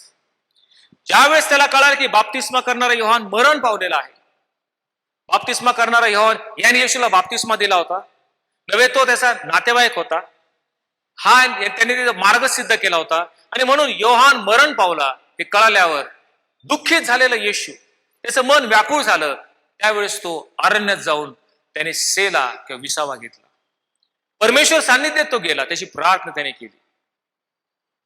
ज्या वेळेस अशा परिस्थितीमधून तुम्ही जातात, घरामध्ये काहीतरी संकट आहे, अडीअडचणीत तुम्ही आहात, एखादा दुर्धर आजार घरामध्ये आहे, एखादा मृत्यू ओढवलेला आहे, ज्यावेळेस मन व्याकुळ झालेलं आहे, तुम्ही अस्वस्थ आहात, दुःखी आहात, त्यावेळेस तुम्ही येशू सारखं सेला घेता का?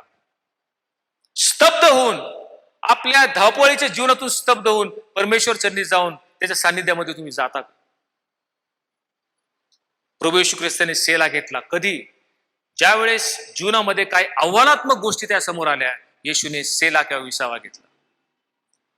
येशूचं जीवन अतिशय आव्हानात्मक होतं. दिवसभरात त्याला बरेचसे कामं पूर्ण करायचे होते. देवाच्या राज्याची घोषणा तो करत असत. लोकांना संदेश सांगायचे, त्यांना दाखले सांगायचे. त्याचप्रमाणे जे रोगी त्याच्याकडे येत होते, रोग्यांना आरोग्यदान द्यायचं, आंधळ्यांना दृष्टी द्यायची, लंगड्यांना बरं करायचं, भूतग्रस्तांना भूत काढून टाकायची. हे करत असतानाच शास्त्री, परुषी आणि यहुद्यांचे वडील, ज्यांची पोकळ धार्मिकता त्याने उघड केली, ज्यांचा येशूने धिक्कार केला, त्याला शब्दामध्ये पकडण्यासाठी ते टपून बसलेले होते. हे सर्व करत असतानाच लुकृत शुभवर्तमान याचा 5वा अध्याय 15 वचन आम्हाला काय सांगतं? तथापि येशूविषयी वर्तमान अधिकच पसरत गेले आणि पुष्कळ लोक त्याचं ऐकावयास आणि त्याकडून आपले रोग बरे करावयास येत असतात. येशू अरण्यात अधूनमधून एकांती जाऊन प्रार्थना करत असत. आपल्या व्यस्त जीवनामधून काय म्हटलेलं आहे? येशू अरण्यात आधीमधून एकांती जाऊन प्रार्थना करत असत. या व्यस्त जीवनातून विश्रांती घ्यायची, विसावा घ्यायचा, सेला घ्यायचा आणि परमेश्वराची प्रार्थना करायची, आपल्या देवपित्याची प्रार्थना करायची. ही त्याची सवय होती. अधूनमधून जाऊन आपल्या व्यस्त जीवनातून तो सेला घेत असत. तुमची आणि माझी अशी सवय आहे का? वेळोवेळी वारंवार आमच्या या धावपळीच्या जीवनातून स्तब्ध होऊन, स्थिर होऊन, परमेश्वर सान्निध्य जाऊन त्याकडून सामर्थ्य आम्ही प्राप्त करून घेतो का? आम्ही सेला घेणं आवश्यक आहे. सेला किंवा विश्रांती घेण्याचा उद्देश कोणता? केवळ आपण थकलो, दमलो, भागलो आणि म्हणून थोडी विश्रांती, विसावा घ्यायचा, हा त्यातला उद्देश नाही. तर आमच्या ह्या धावपळीच्या जीवनाला थोडा विराम द्यायचा, स्तब्ध व्हायचं आणि परमेश्वर चरणी जायचं.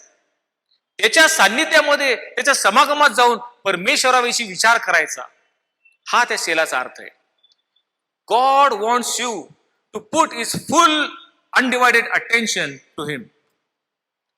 आम्ही पूर्ण परमेश्वराचे एकाग्र असावं. ह्या धांदलीच्या जीवनातून व्यस्त न होता आम्ही विश्राम घेऊन आम्ही त्याशी एकाग्र असावं, ही त्याची आमच्याबद्दलची इच्छा आणि अपेक्षा आहे. आम्ही सेला घेतो का? सेला घेऊन काय करायचं? त्या परमेश्वराचं मनन करायचं. प्रियांनो, जे संपूर्ण पवित्र शास्त्र आपण चाळलं, उत्पत्तीपासून ते प्रगटीकरणापर्यंत संपूर्ण 66 पुस्तकामध्ये आम्हाला परमेश्वर किंवा प्रभू येशू ख्रिस्त याचं प्रतिबिंब आम्हाला दिसत आहे. हे मी लक्षात ठेवलं पाहिजे. Bible is the story of God himself. परमेश्वर या बायबलचा हिरो आहे. त्यामध्ये अनेक देवाचे सेवक होऊन गेले. अब्राहम, मोशे, दावीद, संदेष्टे, प्रेषित, हे सर्व जरी झाले तरी आजूबाजूचे ते पात्र आहेत. पण त्यातला मुख्य गाभा, जो मुख्य हिरो, तो परमेश्वर आहे. जसं एखाद्या चित्रपटामध्ये मुख्य पूर्ण फोकस किंवा लक्ष त्या हिरोवर असतं. इतर अनेक पात्र असतात, परंतु हिरो त्या चित्रपटातला मुख्य असतो.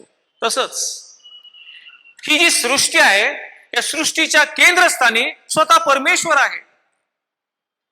तुम्ही, मी, आमचं जीवन, आमचं कुटुंब, आमची मंडळी, नव्हे संपूर्ण जे मानव जात आहे, त्याच्या केंद्रस्थानी प्रभू येशू ख्रिस्त किंवा परमेश्वर आहे.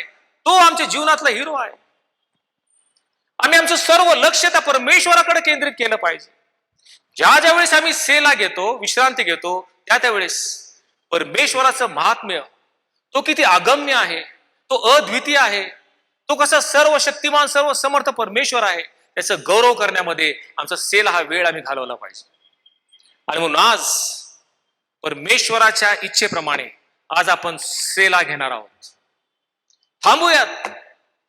ह्या धावपळीच्या, धांदलीच्या जीवनातून थोडं स्तब्ध होऊयात, स्थिर होऊयात आणि परमेश्वराचं मनन करूयात. परमेश्वराचे काही थोडे गुणधर्म आपण पाहण्याचा प्रयत्न करूयात. परमेश्वराचं स्वरूप कसं आहे हे आपण स्तोत्रामधून पाहण्याचा प्रयत्न करणार आहोत. आणि ज्या स्तोत्रामध्ये सेला शब्द येतो, त्या स्तोत्रातली काही वचन आपण घेतलेले आहेत, त्या वचनाकडे थोडं लक्ष देण्याचा प्रयत्न करूयात.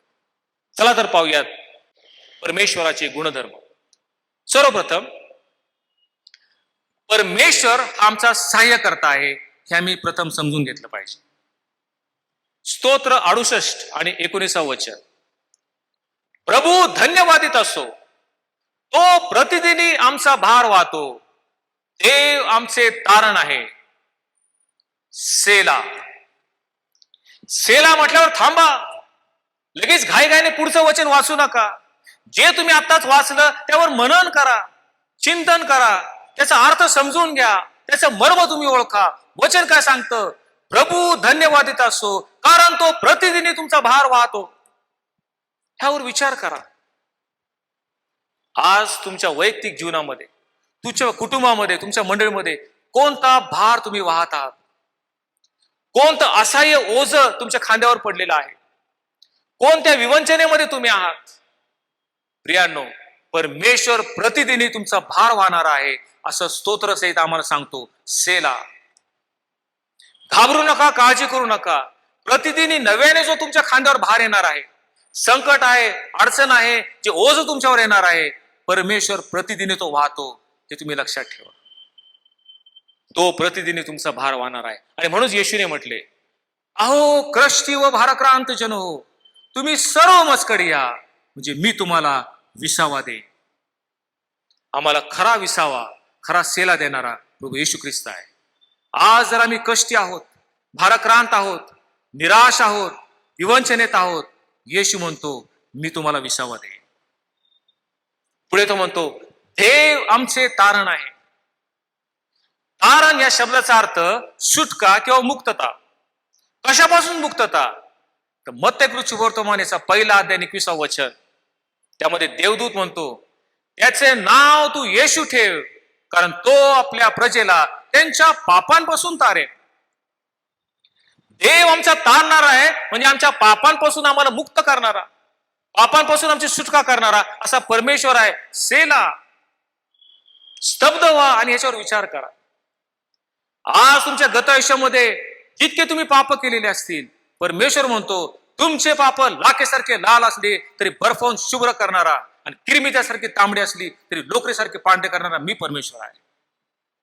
आमच्या सर्व पापांची क्षमा करणारा परमेश्वर तो आहे. ह्याच्यावर थोडा विचार करा.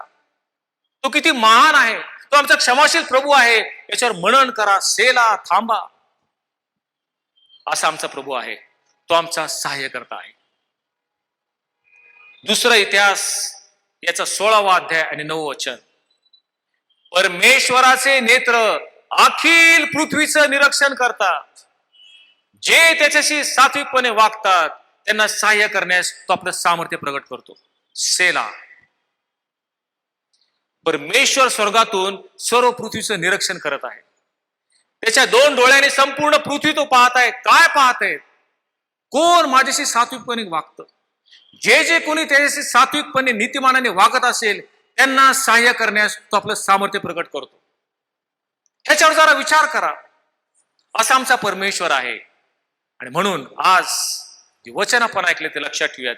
परमेश्वर आमचा सहाय्य करता आहे.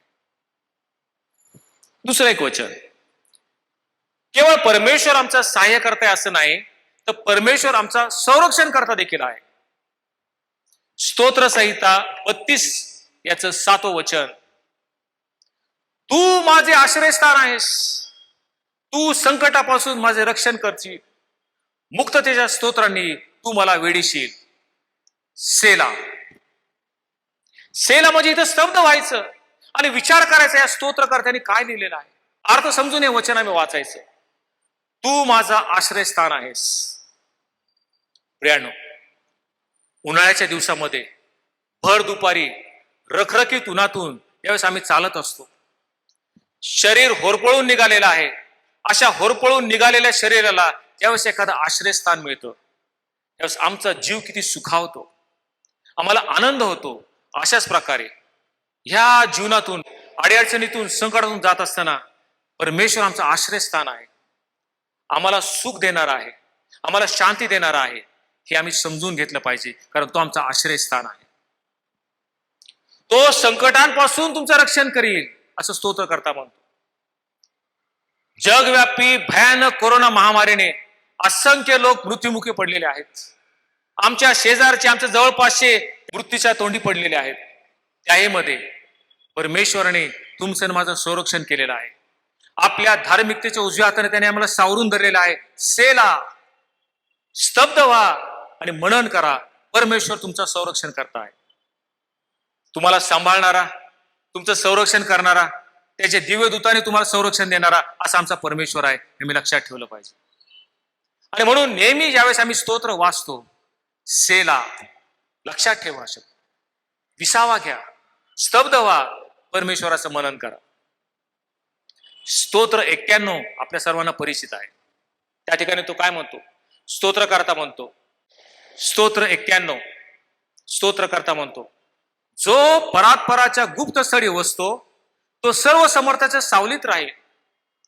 परमेश्वराला मी माझा आश्रय, माझा दुर्ग असे म्हणतो, तोच माझा देव, त्याचवर मी भाव ठेवतो. तो पारद्याच्या पाशापासून, घातक मरीपासून तुझे रक्षण करील. तो तुझ्यावर पाखर घालील, त्याच्या पंखाखाली तुला आश्रय मिळेल. त्याचं सत्य तुला ढाल व कवच आहे. रात्रीच्या समयचे भय, दिवसा सुटणारा बाण, काळोखात फिरणारी मरी, भर दिवसा नाश करणारी पटकी, याची तुला भीती वाटणार नाही. तुझ्या बाजूला लक्षावधी पडले, तुझ्या उजव्या हाताला सहस्रावधी पडले, तरी ती तुला भिडणार नाही. कारण परमेश्वर माझा आश्रय आहे असं म्हणून तू परात्पराला आपलं निवासस्थान केलं आहेस. कुठलाही अरिष्ट तुझ्यावर येणार नाही, कुठलाही व्याधी तुझ्या तंबूजवळ येणार नाही. तुझ्या सर्व मार्गात तुझं रक्षण करण्यासाठी तो आपल्या दिव्यदूतांना आज्ञा देईल. तुझ्या पायाला ठेच लागू नये म्हणून ते तुला आपल्या उजव्या हातावर झेलून धरतील. सेला, परमेश्वर तुमचा संरक्षण करता आहे. मर्म समजून घ्या, अर्थ समजून हे स्तोत्र वाचवा, म्हणजे परमेश्वराचं महात्म्य आपल्या लक्षात येईल. सेला,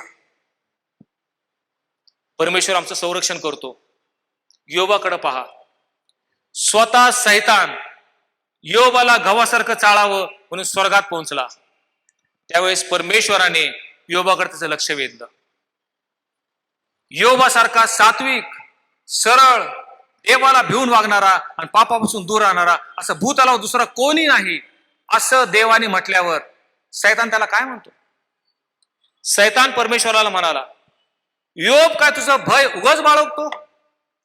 तो, त्याचे घर आणि त्याचे सर्वस्व याच्या भोवती तू कुंपण घातला आहेस ना.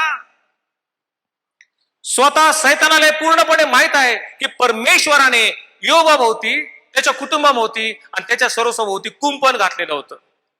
सेला, हे लक्षात ठेवा प्रियानो, जर तुम्ही विश्वासणारे आहात, परमेश्वराचे तुम्ही अनुयायी आहात, तर मग तुम्ही तुमचं घर म्हणजे तुमचं कुटुंब आणि तुमचं सर्वस्व म्हणजे जे काही या भूतलावर तुमचं आहे त्या प्रत्येकाभोवती परमेश्वराने कुंपण घातलेलं आहे. त्याने तुम्हाला अनाथ किंवा पोरकं सोडलेलं नाही. परमेश्वर तुमचं संरक्षण करत आहे. प्रत्येक गोष्टीच्या भोवती कुंपण आहे आणि सैतानाने परमेश्वराची परवानगी काढल्याशिवाय तो तुम्हाला हात देखील लावू शकत नाही. सेला, विश्रांती घ्या, विसावा घ्या, स्तब्ध व्हा आणि जाणा, परमेश्वर तुमचं संरक्षण करत आहे. हे मर्म आम्ही ओळखलं पाहिजे. हे आम्ही कधी करू शकू? ज्यावेळेस आम्ही सेला किंवा विसावा घेऊ, परमेश्वराच्या सान्निध्यात जाऊ, त्याच्या वचनावर मनन करू, घाईघाईने न वाचता वचनाचा अर्थ समजून घेऊन आम्ही पुढे गेल्यास आम्हाला त्याचा अर्थ कळतो. परमेश्वराचा तिसरा गुणधर्म आणि तो म्हणजे परमेश्वर आमचे मनोरथ पूर्ण करणारा आहे. स्तोत्र 21 याचं दुसरं वचन, तू त्याचे मनोरथ पूर्ण केले आहेस, त्याच्या तोंडचे मागणं तू अमान्य केले नाहीस. सेला, सेला म्हटलं की थांबायचं आणि विचार करायचं. काय म्हणतो स्तोत्र करता? त्याचे मनोरथ तू पूर्ण करणार आहेस. हो, येशूने स्पष्टपणे म्हटले होते, मत्तकृत वर्तमानाचं 7 अध्याय 7 वचन, मागा म्हणजे तुम्हाला मिळेल. तुमच्या स्वर्गातील पित्याजवळ जे मागतात त्यांना तो किती विशेष करून देणग्या देईल.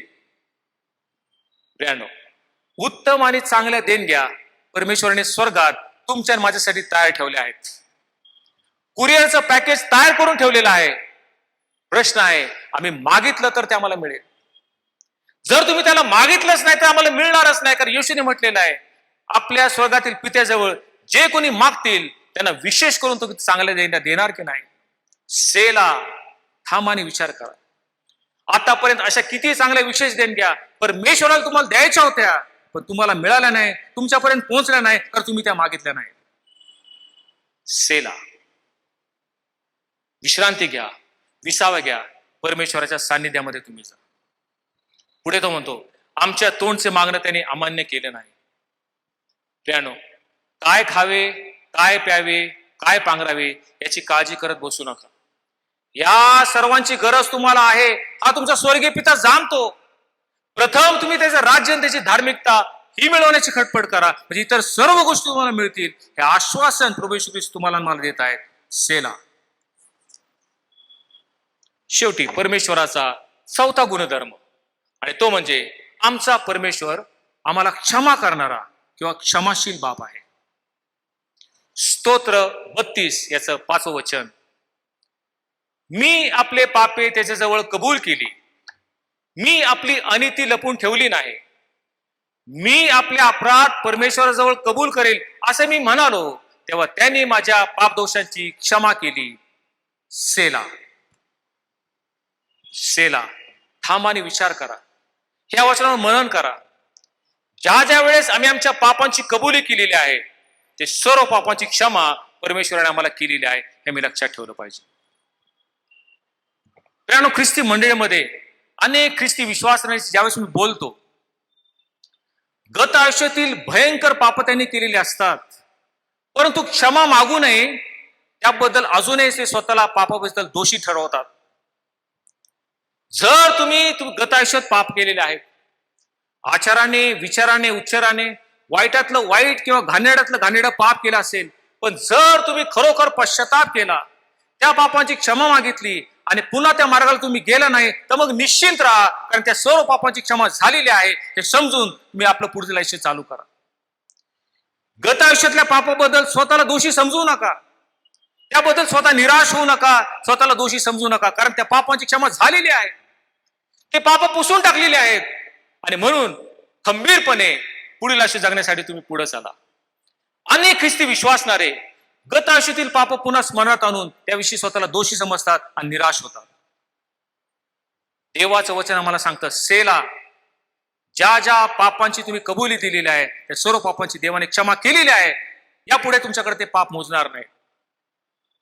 आणि म्हणून आम्ही लक्षात ठेवलं पाहिजे, त्या पापाबद्दल आम्ही पुन्हा स्वतःला दोषी समजू नये.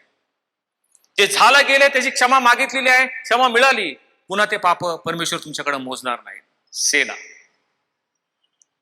इब्री लोकास पत्र याचा 8वां अध्याय 12 वचन, परमेश्वर म्हणतो, आता मी त्यांच्याशी एक नवा करार करणार आहे.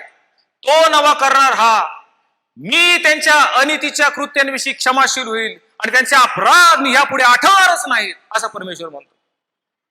जे काय अपराध आम्ही केलेले आहेत ते इथून पुढे परमेश्वर म्हणतो मी आठवणारच नाहीत, ते पुसून टाकलेले आहेत, रद्द झालेले आहेत. आणि म्हणून सेला. झाल्या गेलेल्या अपराधाविषयी पुन्हा पुन्हा विचार करून तुम्ही निराश होऊ नका. होय, परमेश्वराने आम्हाला स्मरणशक्ती दिलेली आहे आणि म्हणून मरणाच्या दिवसापर्यंत आम्हाला ते अपराध आठवणार, पण त्याबद्दल स्वतःला दोषी मानून घेण्याचं कारण नाही, कारण ती सर्व अपराधाची क्षमा परमेश्वराने केलेली आहे. सेला.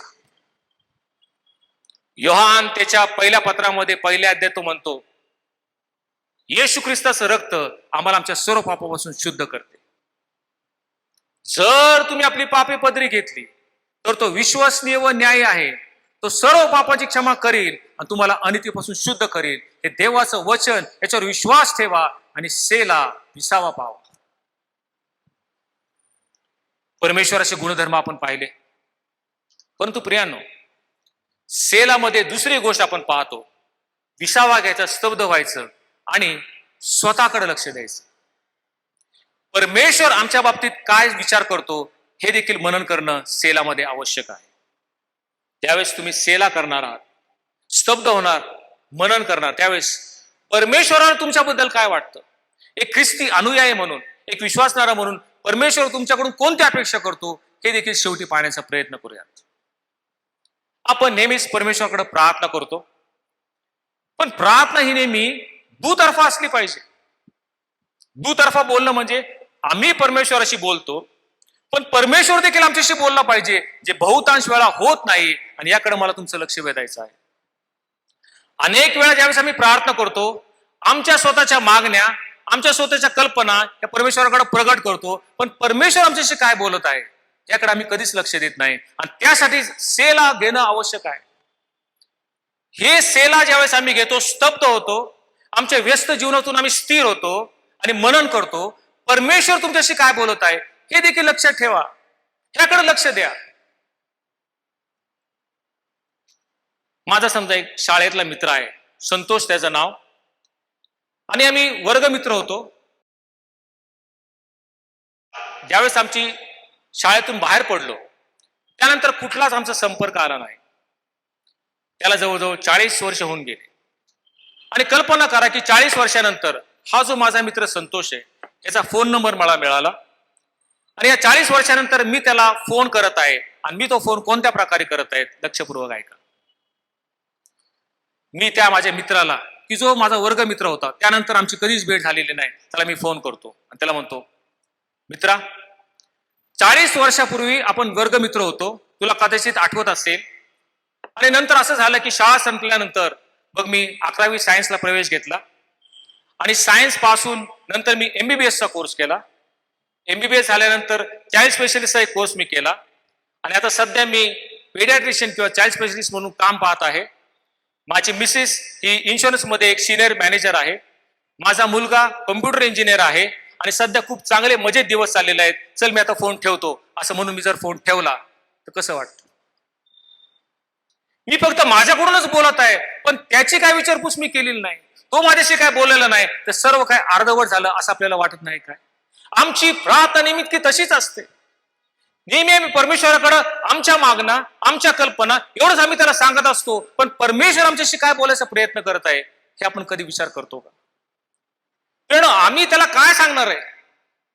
परमेश्वर आमचं सर्व काय जाणतो. तो आमचं अंतर्याम पारखणारा, हृदय चाळून पाहणारा, अंतकरण तोलून पाहणारा परमेश्वर आहे.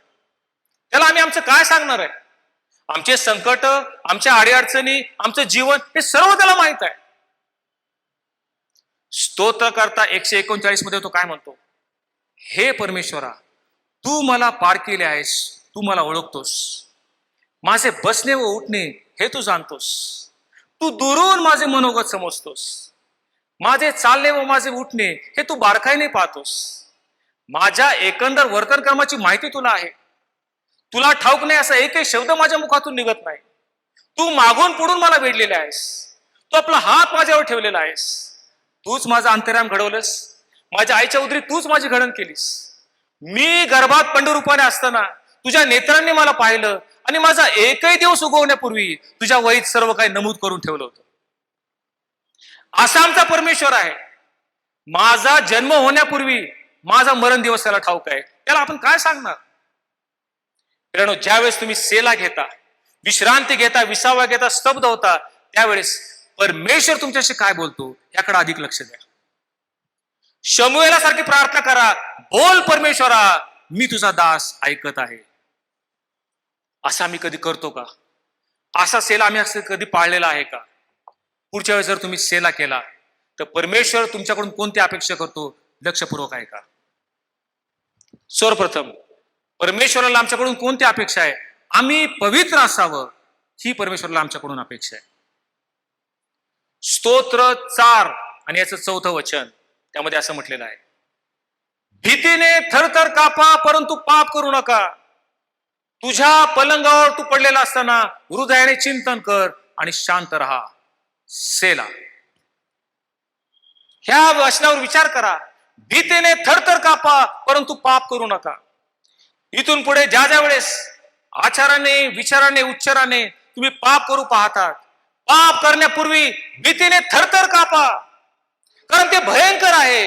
परमेश्वराला पापाचा भयंकर तिरस्काराने तिटकर आहे. ते करण्यापूर्वी तुम्ही थरथर कापाचा स्तोत्र करता म्हणतो. सेला. स्तब्ध व्हा आणि स्तोत्रकर्त्याचं वचन लक्षपूर्वक ऐका. भीतीने थरथर कापा पण पाप करू नका. आमचा परमेश्वर क्रोधाविष्ट परमेश्वर आहे, आणि जो कोणी पाप करतो त्याची गय तो करत नाही. त्याच्यावर आपला क्रोध तो ओढतो, हे आम्ही लक्षात ठेवलं पाहिजे. परमेश्वराला पापाचा किती तिटकारा, तिरस्कार आहे तुम्हाला पाहायचा आहे. कालवरी टेकडीवर पहा.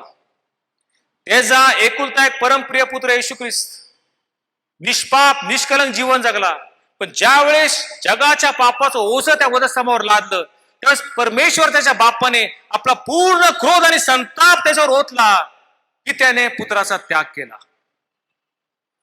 ज्यावेळेस पुत्राच्या ठाई पाप दिसलं, देवाने देखील त्याची गय केली नाही की त्याने पुत्राचा त्याग केला. तुमच्या आणि माझ्या ठाई पाप दिसल्यावर तो आमची गय करेल का? सेला, थरथर कापा, पण पाप करू नका. प्रियानो, आम्ही नीतिमान असावं, पाप करू नये ही परमेश्वराची आमच्याबद्दलची इच्छा आहे. रोमकरास पत्र 3 अध्याय 23 वचन, पापाचं वेतन मरण आहे. अनेक ख्रिस्ती विश्वासणाऱ्यांनी हे वचन फार सहजगत्या, फार हलकं घेतलेलं आहे. ह्याचं मर्म त्यांनी जाणलेलं नाही. सेला, लक्षात ठेवा, पवित्र शास्त्र आम्हाला सांगतं पापाचं वेतन मरण आहे. जर पाप केलं तर मरणातून तुम्हाला सुटका नाही. स्तब्ध व्हा, विचार करा, मनन करा. पापाचं वेतन मरण आहे. दुसरी गोष्ट परमेश्वर जी आमच्याकडून अपेक्षा करतो ती म्हणजे आम्ही नम्र असावं, आम्ही नम्रता धारण करावी. स्तोत्र 39 याचं 5वं वचन, पहा तू माझे दिवस वीतभर केले आहेत, माझा संपूर्ण आयुष्याचा काळ तुझ्या पुढं काहीच नाही. मनुष्य किती खंबीर असला तरी तो श्वासरूपच होय, हे खास. सेला. स्तब्ध व्हा, ह्या वचनावर विचार करा. माझे दिवस विधवर आहेत असं स्तोत्र करता म्हणतो. तुम्ही आणि मी जे आयुष्य जगत आहोत क्षणभंगूर आणि क्षुल्लक आयुष्य, क्षुद्र आयुष्य आहे. मोशे त्याच्या स्तोत्रामध्ये काय म्हणतो? 90 स्तोत्रामध्ये तो म्हणतो आमचं आयुष्य 70 वर्ष आणि शक्य असल्यास फार तर 80 वर्ष असलं तरी त्याचं डामडौल दुःखमय आणि कष्टमय आहे, कारण ते लवकर सरते आणि आम्ही निघून जातो. मोशे म्हणतो आमचं आयुष्य निद्रेप्रमाणे क्षणिक आहे, आमचं आयुष्य ध्वनीप्रमाणे चंचल आहे, आमचं आयुष्य सकाळी उगवणाऱ्या गवताप्रमाणे आहे की जे कापलं तर संध्याकाळी वाळून जातं. हे असं आमचं आयुष्य आहे. सेला. आयुष्याबद्दल विचार करा. याकोब त्याच्या पत्रामध्ये काय म्हणतो? अहो जे तुम्ही म्हणता आज उद्या आम्ही अमुक शहरामध्ये जाऊ, 1 वर्ष राहून तिथं व्यापार करू, त्या तुम्हाला उद्याचं कळत नाही. तुमचं आयुष्य ते काय? ते एक वाफ आहे जे आता दिसते मग दिसेनाशी होते. असं म्हणण्यापेक्षा असं म्हणा प्रभूची इच्छा असेल तर आम्ही जगू आणि मग आम्ही करू. आम्हाला उद्याचं माहित नाही प्रियांनो. असं आहे आमचं आयुष्य. सेला. विसावा घ्या, स्तब्ध व्हा, देवाचं मनन करा. आयुष्य किती क्षणभंगूर आहे हे लक्षात ठेवा. त्या आयुष्यामध्ये आम्ही नम्र असावं ही परमेश्वराची आमच्याबद्दलची इच्छा आहे. कारण या भूतालावर आम्ही राहत असताना या सृष्टीचे काही नियम आहेत आणि ते नियम प्रत्येकाला लागू पडतात. उदाहरणार्थ गुरुत्व आकर्षणाचा नियम आपल्या सर्वांना ठाऊक आहे. आणि तो नियम असा आहे, कोणती जड वस्तू जर आपण खाली टाकली तर पृथ्वी आपल्या स्वतःकडे खेचून घेते, ती जड वस्तू खालीच येणार. हा नियम प्रत्येकाला लागू पडतो. स्त्री असो किंवा पुरुष असो, नीतिमान असो किंवा धर्मी असो, प्रत्येकाला गुरुत्वाकर्षणाचा नियम लागू आहे. जसे सृष्टीचे काही नियम आहेत, परमेश्वराचे सुद्धा काही नियम आहेत आणि ते प्रत्येकाला लागू आहेत. त्यातून कोणी सुटलेला नाही. त्यातला पहिला नियम मत्तकृत शुभवर्तमान याचा 23वा अध्याय 12 वचन, जो कोणी स्वतःला उंच करील तो नमविला जाईल आणि जो कोणी स्वतःला नमविल तो उंच केला जाईल. हा परमेश्वराचा नियम आहे. तुम्हाला उंच व्हायचंय, नमलं पाहिजे. जो कोणी स्वतःला नमविल तो उंच केला जाईल. परमेश्वराचा दुसरा एक नियम आहे, पेत्राचं पहिलं पत्र 5वा अध्याय 5वं वचन, देव गर्विष्ठांना विरोध करतो आणि दीनांवर तो कृपा करतो. जोपर्यंत तुम्ही लीन दीन नम्र आहात तोपर्यंत देवाची कृपा तुमच्यावर राहील.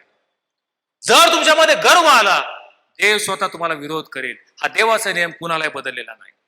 आणि म्हणून आम्ही नम्र असावं ही परमेश्वराची आमच्याबद्दलची इच्छा आणि अपेक्षा आहे. परमेश्वर आमच्याकडून अजून कोणती अपेक्षा करतो? आम्ही कृतज्ञ असावं ही परमेश्वराची आमच्याबद्दलची इच्छा आहे. स्तोत्र 44 याचं 8वं वचन, आम्ही सतत देवाची प्रतिष्ठा मिरवतो आणि सर्व काळ देवाचा उपकार स्मरण करतो. सेला. आम्ही कृतज्ञ अंतकरणाने बघणं आणि अनुतप्त हृदयाने परमेश्वराची प्रतिष्ठा मिळवली पाहिजे. आणि म्हणून संत पौल म्हणतो, येशू ख्रिस्ताच्या वधस्तंभाशिवाय इतर कशाचा अभिमान मी न बाळगो. प्रभू येशू ख्रिस्तामुळं मी सर्व गोष्टींना मुकलो आणि त्या केर कचराशा लेखतो, यासाठी की मला ख्रिस्ताला प्राप्त व्हावं. आम्ही कृतज्ञ असावं, परमेश्वराकडे नम्र लीन व्हावं ही त्याची आमच्याबद्दलची अपेक्षा आहे. आणि शेवटी आम्ही विश्वासू असावं असं परमेश्वराची आमच्याकडून अपेक्षा आहे. स्तोत्र 62 आणि याचं 8वं वचन, अहो लोक हो, सर्वदा त्याच्यावर भाव ठेवा, आपलं मन त्याच्याकडे मोकळं करा, देव आमचा आश्रय आहे. सेला. सतत त्याच्यावर भार ठेवा. आमची भार आणि भिस्त तो आहे. आमचं सर्वस्व परमेश्वर आहे. आणि म्हणून दावीद त्याच्या स्तोत्रामध्ये म्हणतो, मृत्यू छायेच्या दरीतून मी जात असलो तरी अरिष्टास मी भिणार नाही, कारण तू बस बरोबर आहेस. तो आमची आकडे आणि काठी आहे. आणि म्हणून आम्ही लक्षात ठेवलं पाहिजे की परमेश्वर आमच्याकडून विश्वासू असण्याची अपेक्षा करत आहे. म्हणून आम्ही पाहिलं प्रियांनो, परमेश्वर आमचा सहाय्य करता आहे, तो आमचा संरक्षण करता आहे, परमेश्वर आमचं मनोरथ पूर्ण करणारा आहे, तो क्षमाशील प्रभू आहे. आणि तो आमच्याकडून कोणत्या अपेक्षा करतो? आम्ही पवित्र असावं, आम्ही नम्र असावं, आम्ही कृतज्ञ असावं आणि आम्ही विश्वासू असावं. आणि म्हणून इथून पुढे ज्या ज्या वेळेस तुम्ही पवित्र शास्त्र वाचा, त्या त्यावेळेस प्रत्येक वचनानंतर सेला, स्तब्ध व्हा, स्थिर व्हा, त्या वचनावर मनन करा आणि परमेश्वराकडे बोलण्याऐवजी परमेश्वर तुमच्याशी काय बोलत आहे याकडे लक्ष द्या. सेला. प्रार्थना करूया. प्रभासच्या पवित्र शास्त्रातून तो आम्हाला सेला किंवा विसावा याचं महत्व तो आम्हाला दाखवलं आहेस. वेळोवेळी या वस्ती जीवनातून प्रभू आम्ही स्तब्ध व्हावं, स्थिर व्हावं. तो आमचा परमेश्वर आहेस, आमचा निर्माणकर्ता, आमचा उद्धारक, तारक आणि आमचा न्यायाधीश देखील आहे. यावर मनन करून आम्ही तुझं वचन ऐकण्याचा, ग्रहण करण्याचा आणि त्याप्रमाणे जीवन परिवर्तन करण्याचा प्रयत्न करावा, असं तू दैनिक कृपेने करून येते. धन्यतर प्रभू ख्रिस्त याच्या नावाने मागितलं म्हणून तो आहे. आमेन.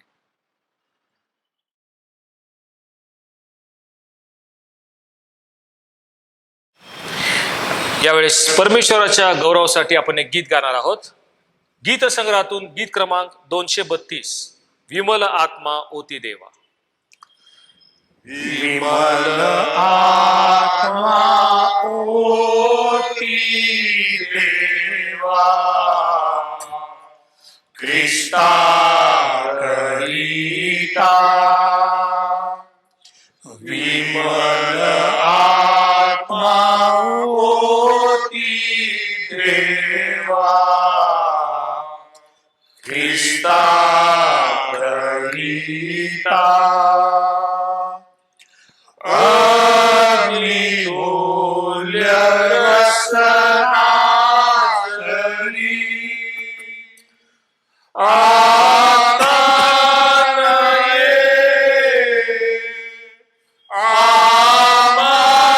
आमावरी, तहाविनु चित्ती भरी. आत्मा पूरता देवा, आत्मा पूरता. विमल आत्मा ओती देवा, ख्रिस्ता करिता. त्यास भरुनी आमली, वारी अधे सारी जणी. ख्रिस्तामधी जगुली, देवी सौख्यता देवा, देवी सौख्यता. विमल आत्मा ओती देवा, ख्रिस्ता करिता. ख्रिस्त सत्य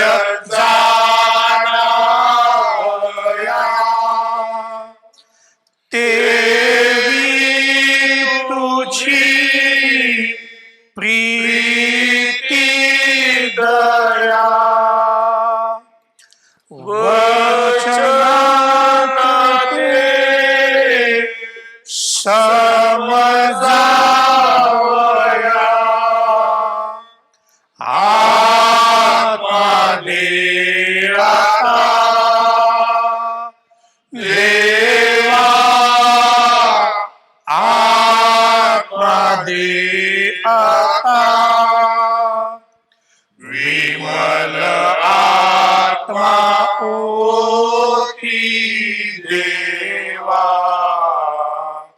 ख्रिस्ता करिता त्याच्या सहवासे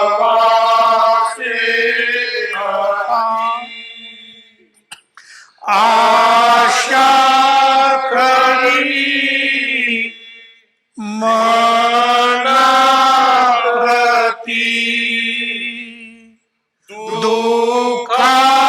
दुःखाप्रती आधारती दैसी मरता देवा तैसी मरता विमल आत्मा होती देवा ख्रिस्ता करिता. यावेळेस आपण सर्वजण मिळून प्रभूने शिकवलेली प्रार्थना म्हणूयात. हे आमच्या स्वर्गातील बापा, तुझे नाव पवित्र मानले जाऊ, तुझे राज्य जसे स्वर्गात तसे पृथ्वीवर तुझ्या इच्छेप्रमाणे हो. आमची रोजची भाकर आज आम्हाला असते आणि जसे आम्ही आमच्या अपराधांची क्षमा करीतो तसे तू आमच्या अपराधांची क्षमा कर आणि आम्हास परीक्षेत आणू नकोस तर आम्हास वाईटापासून सोडू, कारण की राज्य सामर्थ्य आणि गौरव ही सर्व तुझी आहे. आमेन. सर्व बुद्धी सामर्थ्या पलीकडे असलेली देवाने दिलेली शांती तुमची अंतःकरणे व तुमचे विचार देवाच्या आणि त्याचा प्रिय पुत्र येशू ख्रिस्त आमचा प्रभू याच्या ज्ञानात व प्रीतीत राखो.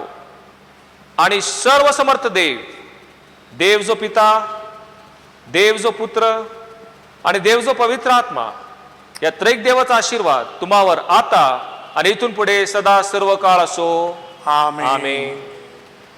बापावरी टेकताना लेकराला सुख फार, येशू पाशी राहताना हर्ष वाटतो अपार. देव बोले प्रेमे फार, टाकी माझ्या वरी भार, टाकी